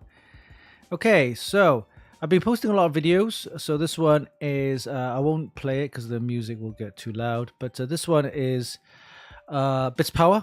They were at the Mandalay Bay. And they had a load of PC mods on display, custom PC builds. And all from famous modders. So of course we have Mike Petrins, we have Ron from Blue Horse Studios, we have John Tech was there with the PC build, Liquid House, there was Ben mods, mods by Ben, I think. Then we had Hardline Nexus, we had Sanax Studios. Oh, there was a ton of modders there showing, of course, the PC builds what display. Fantastic PC builds. I love it. Go and watch it. Go and watch the video shorts. All right. This is part 1. This is part 2. All right. So look at this one. This was Thermaltake PC build. This was outdoors. It's got this nice all-white theme to it. Pretty clean. I do like the glass panel at the back and also the front. Airflow is only from the bottom and from the side. You got the vertical cards displayed up like that, which is decent. And this, I do like the tubing the way he's done there. It's that. You got the Zeus board in there. You got the LCD display. This, I think it's the MagFlow, one of the MagFlow series. I'm not sure if it's the Cube. Is it the Cube? Yeah, I think it's the Cube. Oh, yeah. I like the way he done the cabling like this, the power cables there. That's nice. That's nice. And here as well. So for this one, what do you rate it, guys? I'll probably rate this, I don't know. It's a nice clean build, nothing spectacular. There's no custom kind of paint work on this. I'm gonna just give this a 7. All right. Next up, we have this one. It's only one photo, but it looks good. I do like the translucent purple tubing there. RAM is blocked. You can't access the RAM, which is a shame. You can, I guess, but it's very difficult, but not very easily accessible. Graphics card is not hard tubed, so it's just that reservoir in the front. It's got this purple black color scheme going on there. It's a nice build. It's not particularly, great, I guess. But I'll probably give this a 7.5. Possibly an 8. All right. Next up, we have this one. This one is from a company called AGI. It looks like it's built by someone, but it's for AGI. It's got the what appears to be the Cooler Master case here, I think they call it the Cooler Master stage case. See where the tubing is, and he's actually tried. You gotta give it a try. Where he tried to have the RAM more accessible, so it's not blocked. Not a big fan of green coolant though. It just means that you have to have a green based PC, right? So it's So this is what it looks like. I don't know. From here, it looks pretty decent. Okay, what would you rate this? I think it's demoing the RAM. Like I said, it's a CUDIM at 10,000. It's like the speed that they're aiming for overclocking the CUDIMs. Anyway, for this one, I'll probably give it an 8. Yeah, I'll give it an 8. I'm not a huge fan of the green color. Okay. Next up, we have well, this is another video of the orange colorway on the X50. So a little history about the Z90. You can see that there. They tried to create the Z90 case with the bubble kind of effect, but it just didn't work. They spent hundreds of thousands of dollars in R&D, but they finally came up with this. This is the final kind of, yeah, what the what the Z90 would have looked like, but now they call it the X50. But they call it the impossible case. Anyway, they got the orange color, which I quite like actually, the orange color, and the matching PCI power extension cables as well. All right, anyway.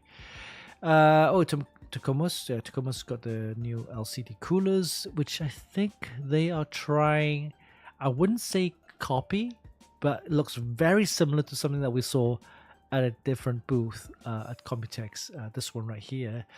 But I won't say much. Anyway, the newcomer, watch out for more of their stuff over the next year or so. All right. This was Diesel Punk. Okay. Yeah, looks it looks very, very. I won't say cyberpunk. It is. I would say Diesel Punk. Yeah, this guy, Diesel Punk. Nice design. Good matching color scheme to go with everything. Nice intricate design with all the intricate details. It's something that what a modded PC should look like.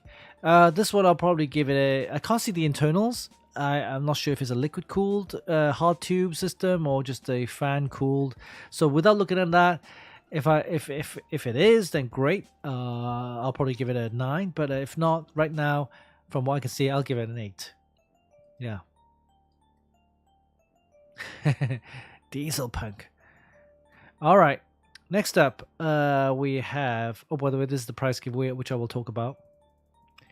This one is from Federico, a wooden theme PC.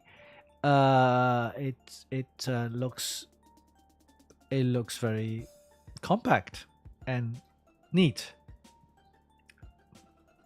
Not many RGB, so the only RGB is from the reservoir, and you have cooling there, which, see, if you'd had a little bit of a brighter LED showcasing the tubing, that would have been better. You only have the RGB at the right there with the reservoir is, but yeah, it's a decent job. I mean, he's not. I'm not sure if he's a professional modder, but I don't think it is. But decent build. I do like. I like the creativity of people trying to build, which is great. I'll probably give this a 7.5. Yeah, 7.5. Okay, next up. Oh, by the way, this photo is interesting, right? And the reason why I say it's interesting is because this is what appears to be the cube, right? So this is the cube LCD cooler from Thermaltake, I believe. You have the radiator there. Now, he's actually modded it so that he's actually got a distro pump there. And the tubing, I'm guessing he's probably retubed it. So I want to know from this guy how he managed to. This is a standard quarter thread. Is it quarter thread? G quarter thread. But the tubing is it part of the actual cooler, or did he put new tubing and new G quarter threads and mount fittings to fit the all-in-one? But it's not all-in-one anymore, is it? But it's a modded all-in-one. Interesting. That's something I wanted to do, is to have a modded all-in-one, because you got water block, which looks very boring most of the time, right? But the only one I've seen which looks very decent is the Bits Power, because that one has no tube inlets and outlets. It's all at the back, which looks great. The other one is the Trix all-in-one. Sorry, Trix water block with the LCD, and that's a bit bulky, I guess. But it has the quarter thread proper fittings for your hard tube.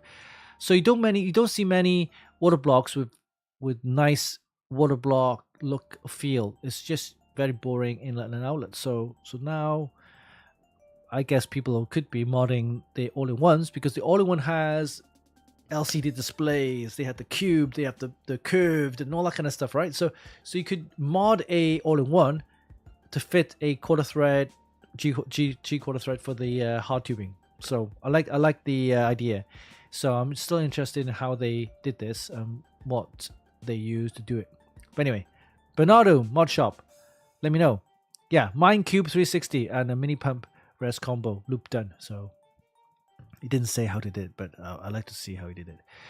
Okay, so yes, your in-wing case, very nice. And then some mods. This one here. This one is could be an older photo, but build 125 Spectre Air 4M Dark. Yeah, Singularity Computers, I believe. It's Singularity Computers. Yeah, Singularity Computers. So they do make very nice modded PCs. It looks like an older PC because you could tell because the Dominator RAM. This is the older style Dominator RAM. Yeah. So this is a decent. If you think about it, this is probably what 5 years ago, maybe, and or more, and you still have this very nice build. So, okay, retro build. This is yeah. Well, I'm going to give this an 8. Very nice. Okay, next up. This build from PC Works. Well, Timmy. I've actually met Timmy. PC Works. Very nice. Soft tubing is back in. I've always said, done correctly, done nicely. It looks fantastic. Look at this. This is fantastic. Nice black, purple color scheme. And the tubing looks nice because of it's just the way it looks. So good. Yeah, it just looks good. I don't know what it is. It just looks so good. Look at the purple lighting on the case. Distro plate, massive one at the front there. Again, purple coolant. I guess it's coolant. Yeah. Tubing's nice. Oh, so nice. Yeah, I'm gonna give this a 9. I do like it. I like it.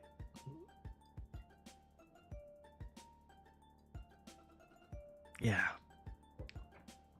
I'm going to give it a 9.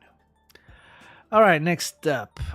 This one from Liquid House. This is a very nice build. It's got the 2 radiator style on either side. So you got one radiator on one end, and you can have another radiator on the other end. Of course, this massive graphics. Look at the size of this thing. Huge. That very distinctive tubing from Liquid House. The braided tubing looks fantastic. Looks great. That is going into the actual chassis itself, the tubing, which is interesting. Oh, you got the RAM cooler as well.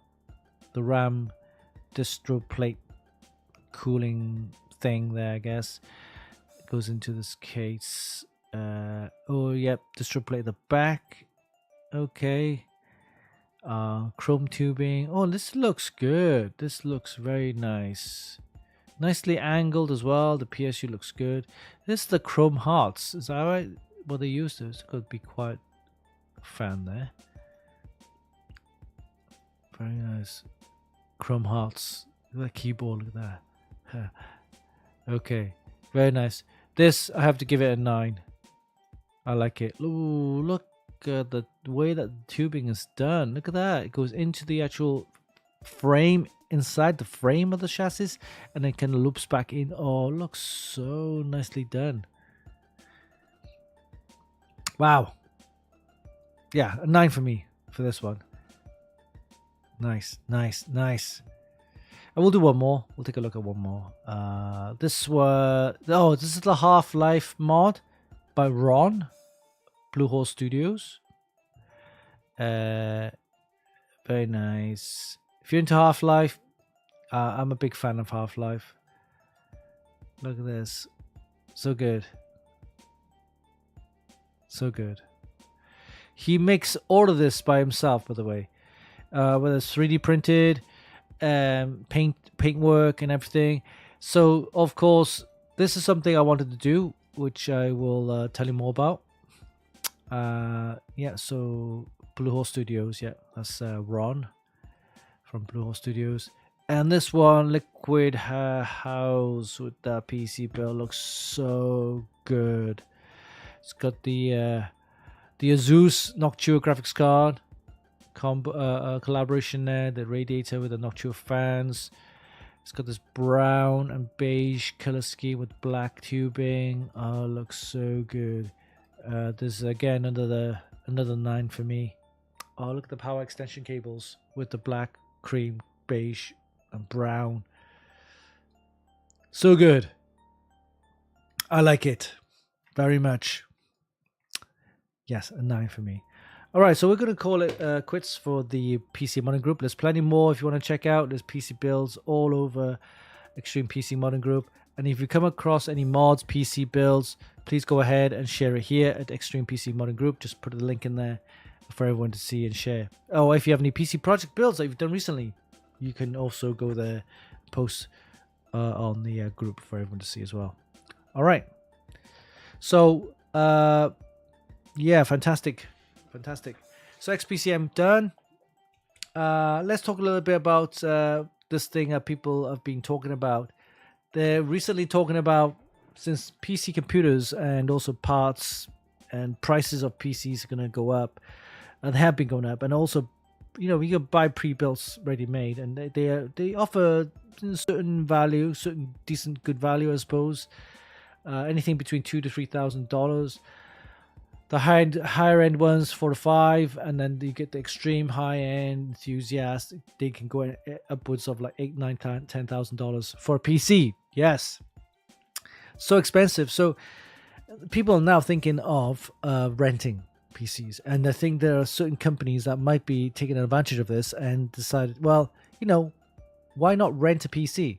So you basically probably pay deposit down, because what's to say that, you know, you rent a $5,000 PC and you skip the first 2 payments, right? So it's probably like a $500, $800 deposit down for a $3,000, $4,000 PC, and then from then on, when you have a monthly subscription that you pay for the duration of, I don't know, say more of a lease, how a car lease operates. Yeah, so a car leasing.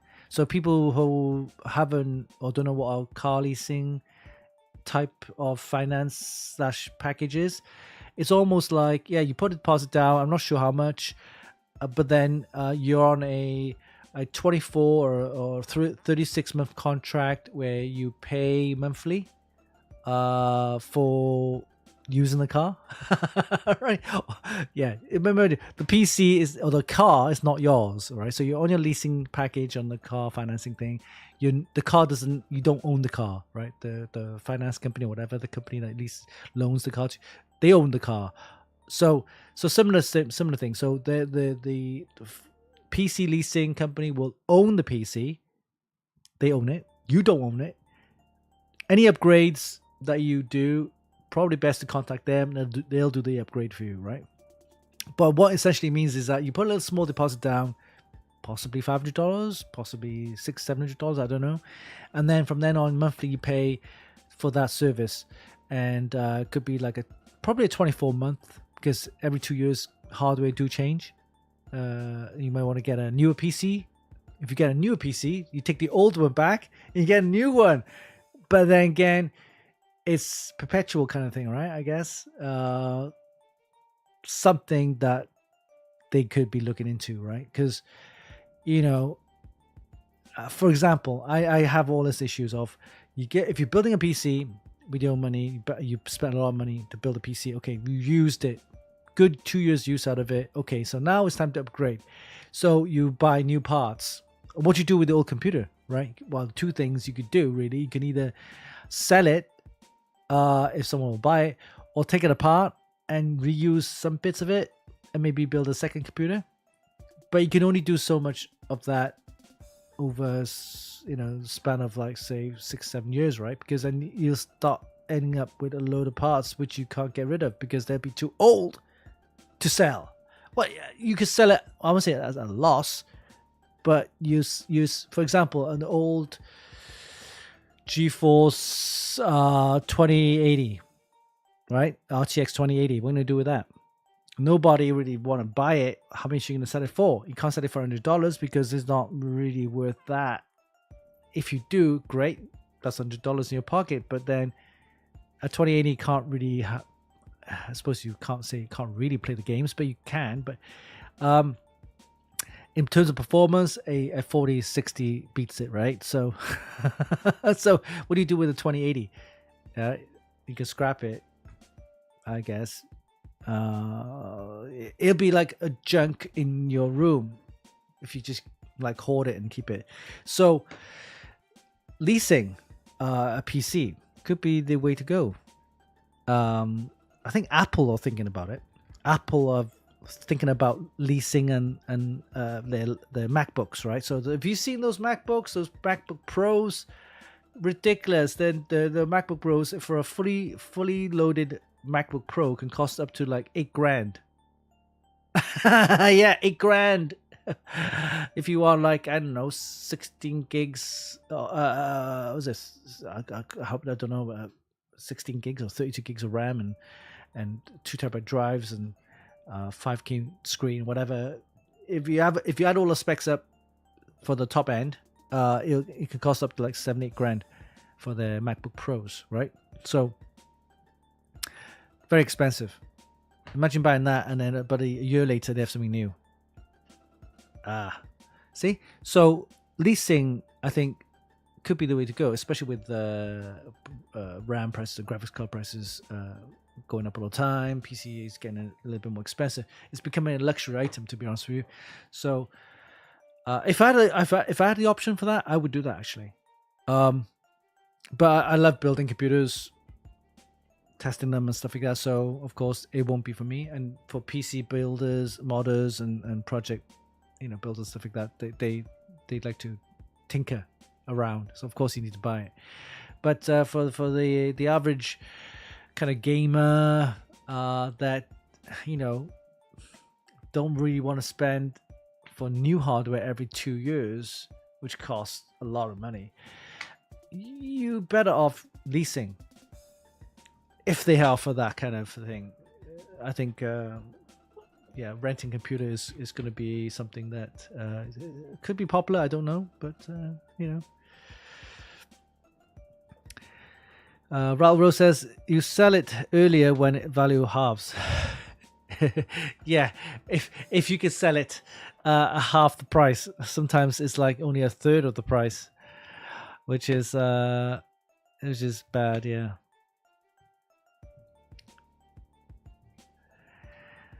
St. George says you can absolutely sell it. Yeah, 2080 you can sell. Yeah, you can. It's not the selling there's the issue. It's all the things that go with it. So what happens if someone buys it and then decides, I don't want it, and he might want to return it, or you could say there's something wrong with it.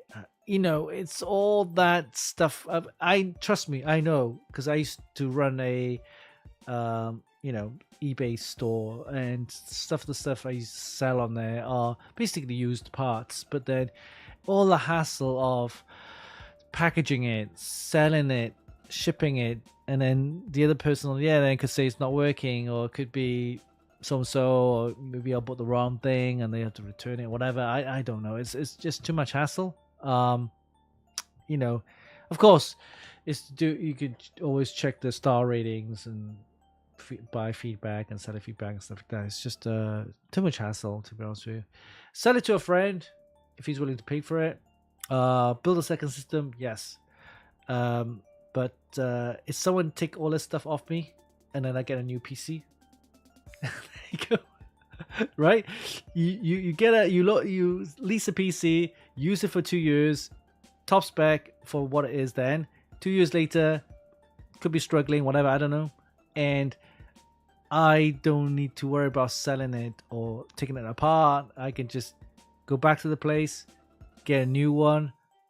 They take the old one back. I get a new one, a new PC with new spec, new hardware, and then the leasing continues. I don't know, just an idea that I probably be see leasing PC leasing companies real soon. All right, project for 2026 Q1. We're still starting to kind of look into what we can build. I'm looking to build a water setup, a custom PC setup with hot tubing. So I could be speaking to Bits Power about it and get a custom loop with a nice water block and everything. But what case we don't know yet. So I don't know what case I'm going to be using. I'm going to be using some cases which gives me the maximum view, I guess is how you call it. I want people to see what's inside, right? So so yeah, we'll decide what case, but yeah, could be a custom loop, and we're not sure what processor. It could be the new AMD Ryzen X3D, the 9850, and I'll probably use one of the newer X3D motherboards. So I mentioned this earlier to Azus. So Azus, if you're still watching, we could do some collaboration projects, builds. So let me know. We haven't decided yet, but I'm interested in, of course, the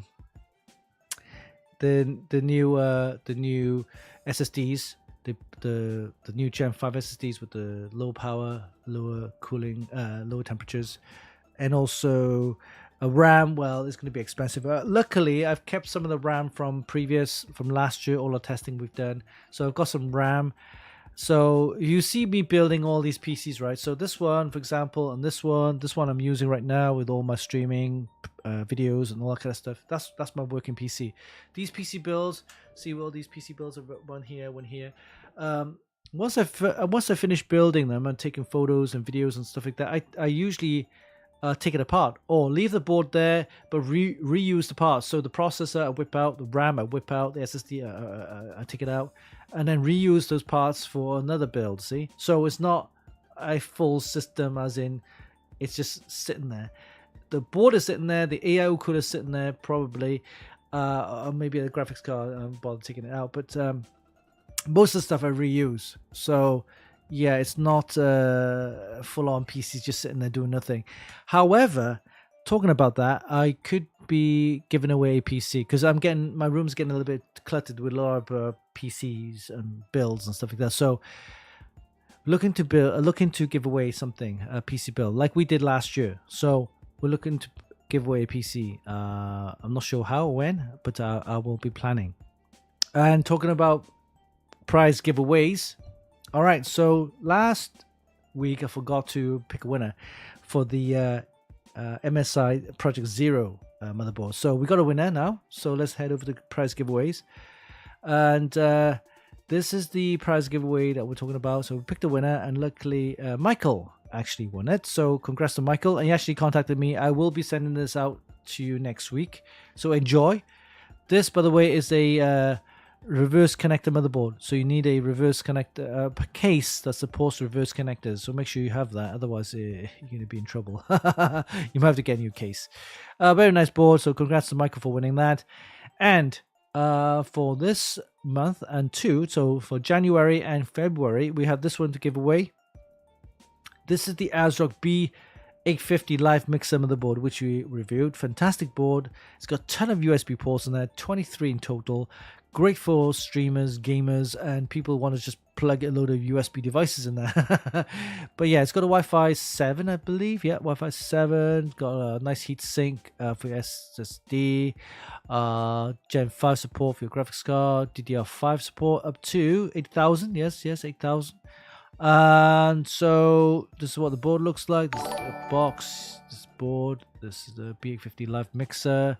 Supports AMD Ryzen processors. So if you're after AMD Ryzen processor, Ryzen 7, this is a good board to go with it. It's got Wi-Fi 7, USB ports on there. Is your M.2 heatsink with a quick release. Wi-Fi 7 module there. All those USB ports. Look at that. 2.5 gig LAN, Wi-Fi 7. BIOS flashback button. Oh, by the way, I've tried this the other day. Oh, fantastic, mate. Oh, so easy to use. I always thought, right, what I did was I did something to the board and the BIOS died. So when I tried to boot it up, it just will not boot. And I tried everything. So I thought, okay, what happens if I use this BIOS flashback to flash the board to the previous BIOS, right? Which I did. So I downloaded the previous BIOS. I followed the instructions. Basically, you don't need a processor. You don't need any processor, graphics card, anything like that.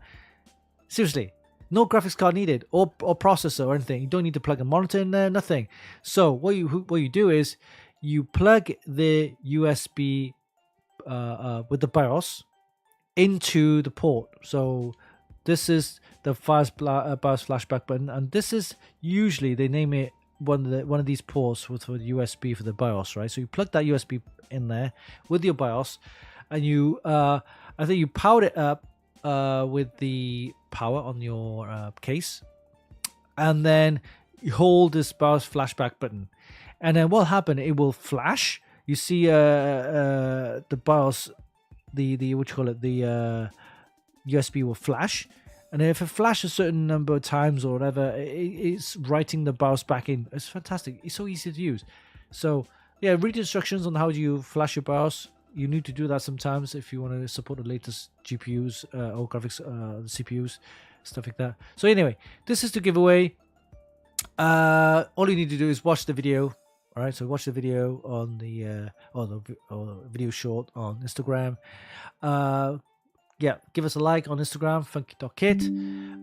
Follow XPCM, xpcm.team. Also follow the ASRock _official.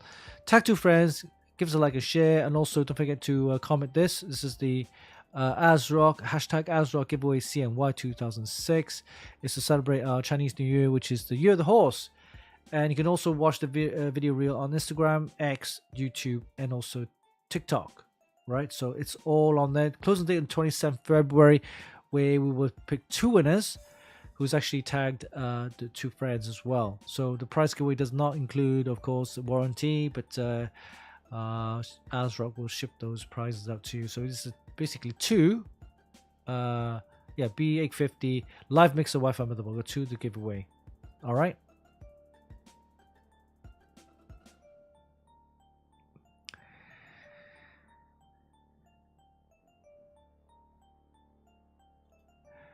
Thank you, Winston. Didn't realize until last night my Lian Li Compact Vision is likely to a no-go for Project Zero. Okay. Unfortunately, I can't help you there. I don't have another board to give you on that. Sorry. You're probably gonna have to. Dremel. Yeah, Dremel. Yeah, Dremel will do it.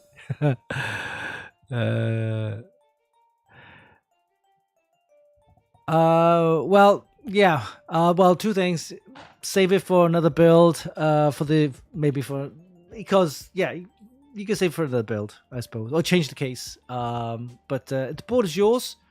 Unfortunately, I don't have another board to give you as a replacement yet. So yeah, or you could donate it, sell it, give it to a friend. But I think a lot of new cases will support the reverse connector boards. I see a lot of them mention that, because it doesn't take much for the new cases, new designs for the manufacturers to cut holes on their. Message on WhatsApp from Eddie saying, no, they haven't. I don't know if they have sent anything. Okay. Yeah, so it's just the tooling and it's on the production line, so it just doesn't take much to cut holes for the reverse connector boards. It's not they don't need to create a new production line just for creating reverse connector boards cases. It's already on the same production line. They just need to add the tooling part or program the tooling part to cut the holes. Okay, so that's that. Prize giveaways for today. Let's have a look. Oh, by the way, let me show you what I've got from Amazon toys, gadgets. So this, you probably know what it is. It's a temperature laser gun. Basically, it's got the I hope I didn't blind you there. Yeah, infrared LED, which measures temperature. So great for cooking steaks. No joke. I actually use this to cook steaks, to measure the temperature of the steaks. Great for temperature reading, heat sinks and water blocks and fans and whatever. So read the temperature on that. So I need that for reviews. Also, this is the audio meter. Yeah. It tells you the audio. Yeah, how many decibels, how loud it is. So if I'm speaking really loud, you can see it's jumping up to 650. Okay, you go. My voice is about 50, 60, 50, 40 to 50 decibels loudness. So this is good for measuring how loud the fans are. And this is is it called an anemometer? Anemometer? It's basically a airflow reader. So I can measure the airflow of the fans and tell me how many CFM is outputting. Great tools. I never really had to get it because it's a bit geeky. Like, oh yeah, I gotta find out how fast the fan is spinning and what's the noise level. It's all relative, right? I mean, people might say this is too loud, but for me, it's required. But yeah, one of the brands, I won't say who. One of the brands says, "Hey, why don't you get some this decent half cheap equipment from Amazon, which does the job, and just measure the airflow and the noise level, you know." So okay, fine. They're not cheap. I mean, they're not cheap. They're not expensive. I mean, this one's like $15 for the audio one, and it's like $20 for the airflow one. The temperature one's pretty decent. It's like $15. So yeah, that's okay. But it's fun. It's fun. I can actually then use that to build a PC and find out whether it's actually too noisy or less noisy, or too hot or not hot enough, or airflow is enough, whatever. Just extra tools for that. And an anemometer. Okay. An anemometer. Okay. All right. Okay. Prize giveaway. So as far as components concerned, I haven't looked at this stuff. I need to tidy this, right? I haven't figured out which one to give yet. So component wise, we'll leave until next time. But how about a prize giveaway on the our merchandise? How about that? Okay, let's do this. Let's do the merchandise. Let's get some funky merchandise going on here. Okay, give me a second while I log in.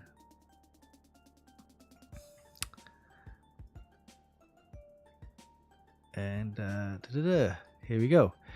And we are going to do, let's have a look. History settings. Yes, you love Funkykit. Of course you do. Right. Okay. Let's do a poll. Okay.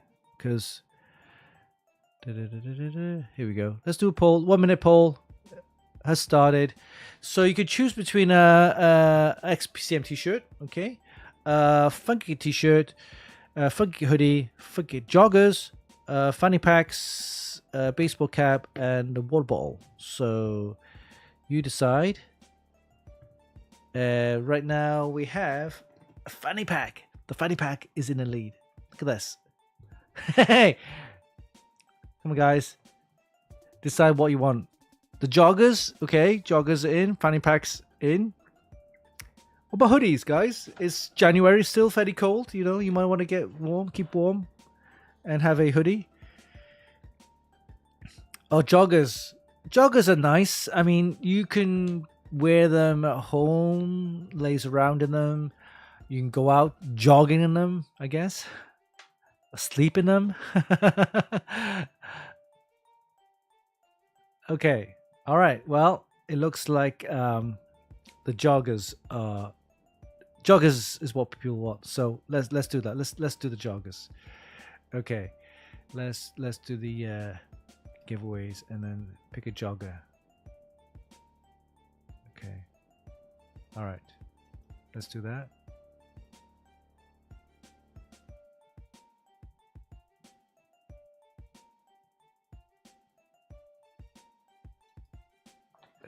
Okay. So how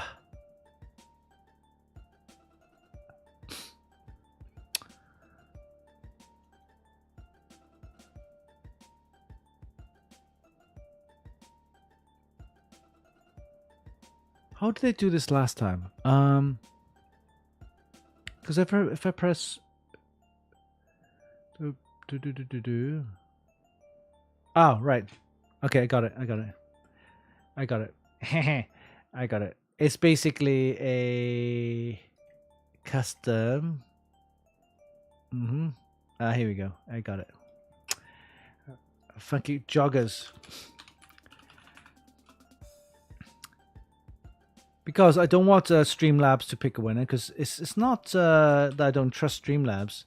It's just that Streamlabs tend to be a bit flaky when it does that kind of randomly pick winners. So I'm going to do a wheel decide. So let's do that. Wheel decide. And you have this one I will edit for 5 minutes because, yeah, we've had a stream running for almost 3 hours. So, oh my God. This is the longest stream I've done so far. Okay, so 5 minutes. Let's confirm that. Let's do that. You have 5 minutes and... There you go. Type in the command for a chance to win the Funkykit joggers. Head over to twitch.tv/Funkykit. Give us a like, a follow, and then go to the chat and type in the command for a chance to win the Funkykit joggers.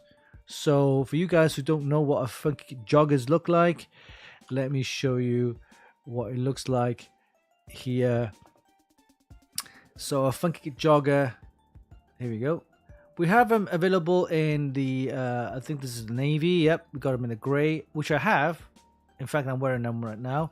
Also in the black and also in kind of a dark gray. For the gray is this is what I'm wearing now. I'll show you. There you go. Oh, it doesn't show you. Yeah, there you go.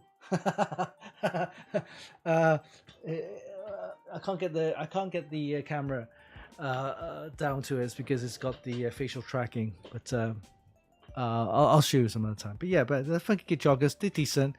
Yeah, it's got the Funkykit logo on the side right there. Drawstring. It's decent enough. You could go running with them, sleep in them, lounge on the couch with them. It's decent. I like wearing them. I like wearing mine. So we got those. I got one Funkykit jogger to give away in our live stream today. Next week we'll probably pick some sort of item to give away. Oh, by the way, I think we have a prize giveaway to give out as well. Who was it that won this? Give me a second.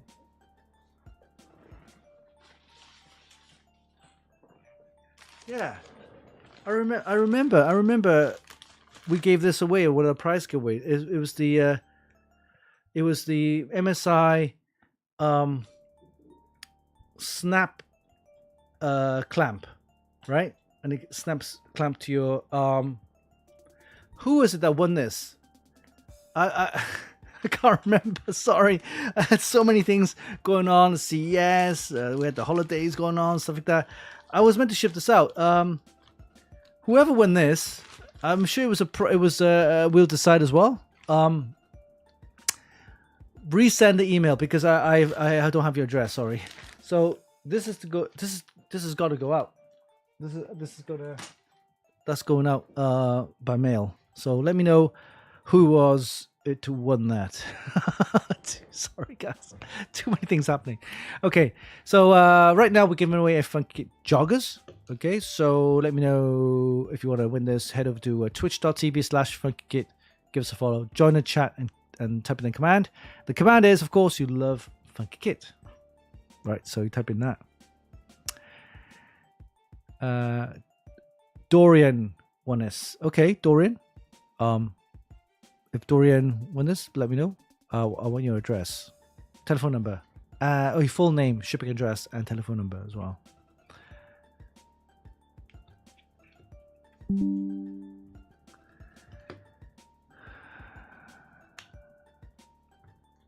Okay.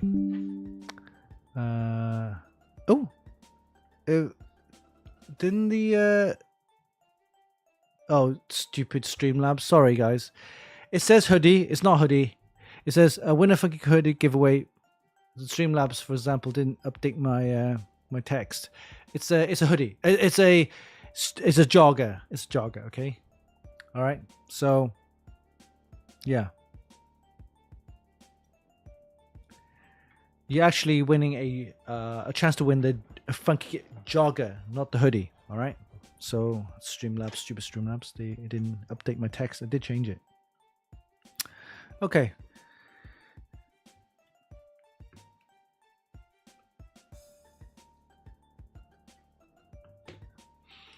All right, so that's happening. We got a couple of names in there, quite a few names actually. Let me get the We'll Decide. The We'll Decide. Agree. Win a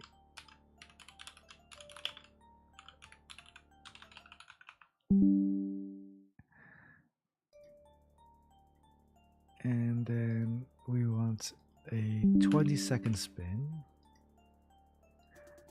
and I'll put your names in there first. All right, so the prize giveaway entries have stopped, have ended, and we will put your names in. All right, so your names, put them in there, put them in there.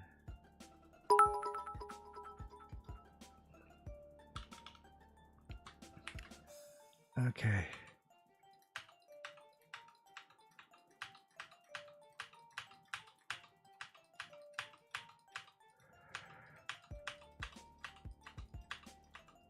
Okay, put your names in there. Your names are in there. All right, so cancel that. Confirm your names are in the We'll Decide. Paste that in there. Add choices, done.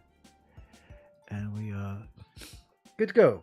All right, we're in a Funkykit jogger. So I need to play a little voiceover first. When it comes to live prize giveaways, this guy's a beast. Winston Chim and Funkykit. All right, okay. Prize giveaway live on our show. We're going to give away a Funkykit jogger to one lucky winner. I'm going to let the Wheel decide on this. Okay. And here we go. This is the wheel, and I'm going to do a 20-second spin. And of course, to the countdown. Once hit the countdown, we will then hit the spin. Here we go. Ready? 5, 4, 3, 2, 1. And the winner of the Funkykit jogger is going to be. Let's have a look. It's spinning. It's spinning. It's coming along. It's coming along. Oh.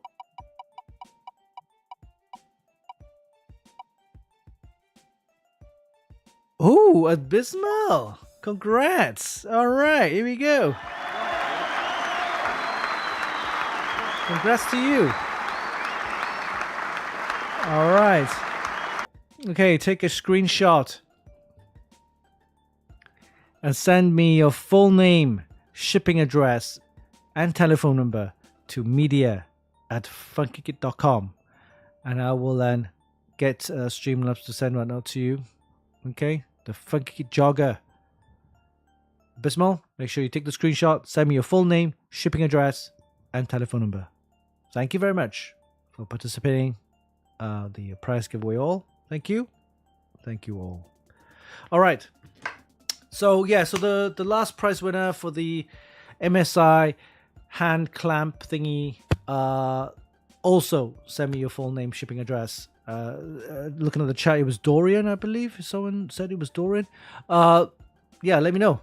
Let me know. I need your full name, shipping address, and telephone number so I can ship that little MSI hand clamp magnetic thingy, what do you call it, to one of you, whoever actually won that. And for the other winner, I think it was for the MSI Z790. Yes, the MSI Z790 Project Zero. I will get that shipped out to you next week as well. All right. Lots of prize giveaways each and every week, live on our show, The Funkykit Show Live. Watch out for news contents and also video reels or shorts on our Instagram, YouTube, and all the other platforms. Don't forget to, of course, share your PC builds, or if you come across any PC builds at XPCM. And make sure you share, subscribe, and of course like and tell people about Funkykit as well as XPCM, so that we can then continue to do the stuff that you want to watch and also all the content that you want to read as well. Great. So next month is, actually we've got one more week of January, and then next month is February, and then February we have the Chinese New Year, which is going to be another crazy month as well. So lots of things happening. We're looking forward to, of course, PC project builds, more reviews, more content, and yeah, make sure you subscribe and follow and tell people about us, because of course the live show is very lively. I remember our live show when we first started was like 2 viewers, 3 viewers, and over the years we've actually built up to like 30-40 viewers, and right now we're having like 25, 6, 7 viewers, including other platforms as well. So yeah, congrats for you guys for supporting us over the years. Really looking forward to having you guys join us for the rest of the year 2026. Lots of things happening. We're still working on the podcast. We could be doing some big podcast shows at Computex. We don't know yet. We need confirmation on that, so it's still ongoing. But we're going to be working with all the other brands over the next couple of months. All the brands that we saw at CES. We re-established some of the communication channels, and also hopefully we're going to be doing a lot more content-wise for you guys as well. Lots of prize giveaways, of course. Lots of prize giveaways going to be hosting onto our website as well as the live show. So don't forget to tune in every Friday, the Funkykit Show Live with your host, Uncle Winston. All right, guys, have a great weekend. Stay safe. Until next week, we'll see you soon. See you soon. Bye-bye.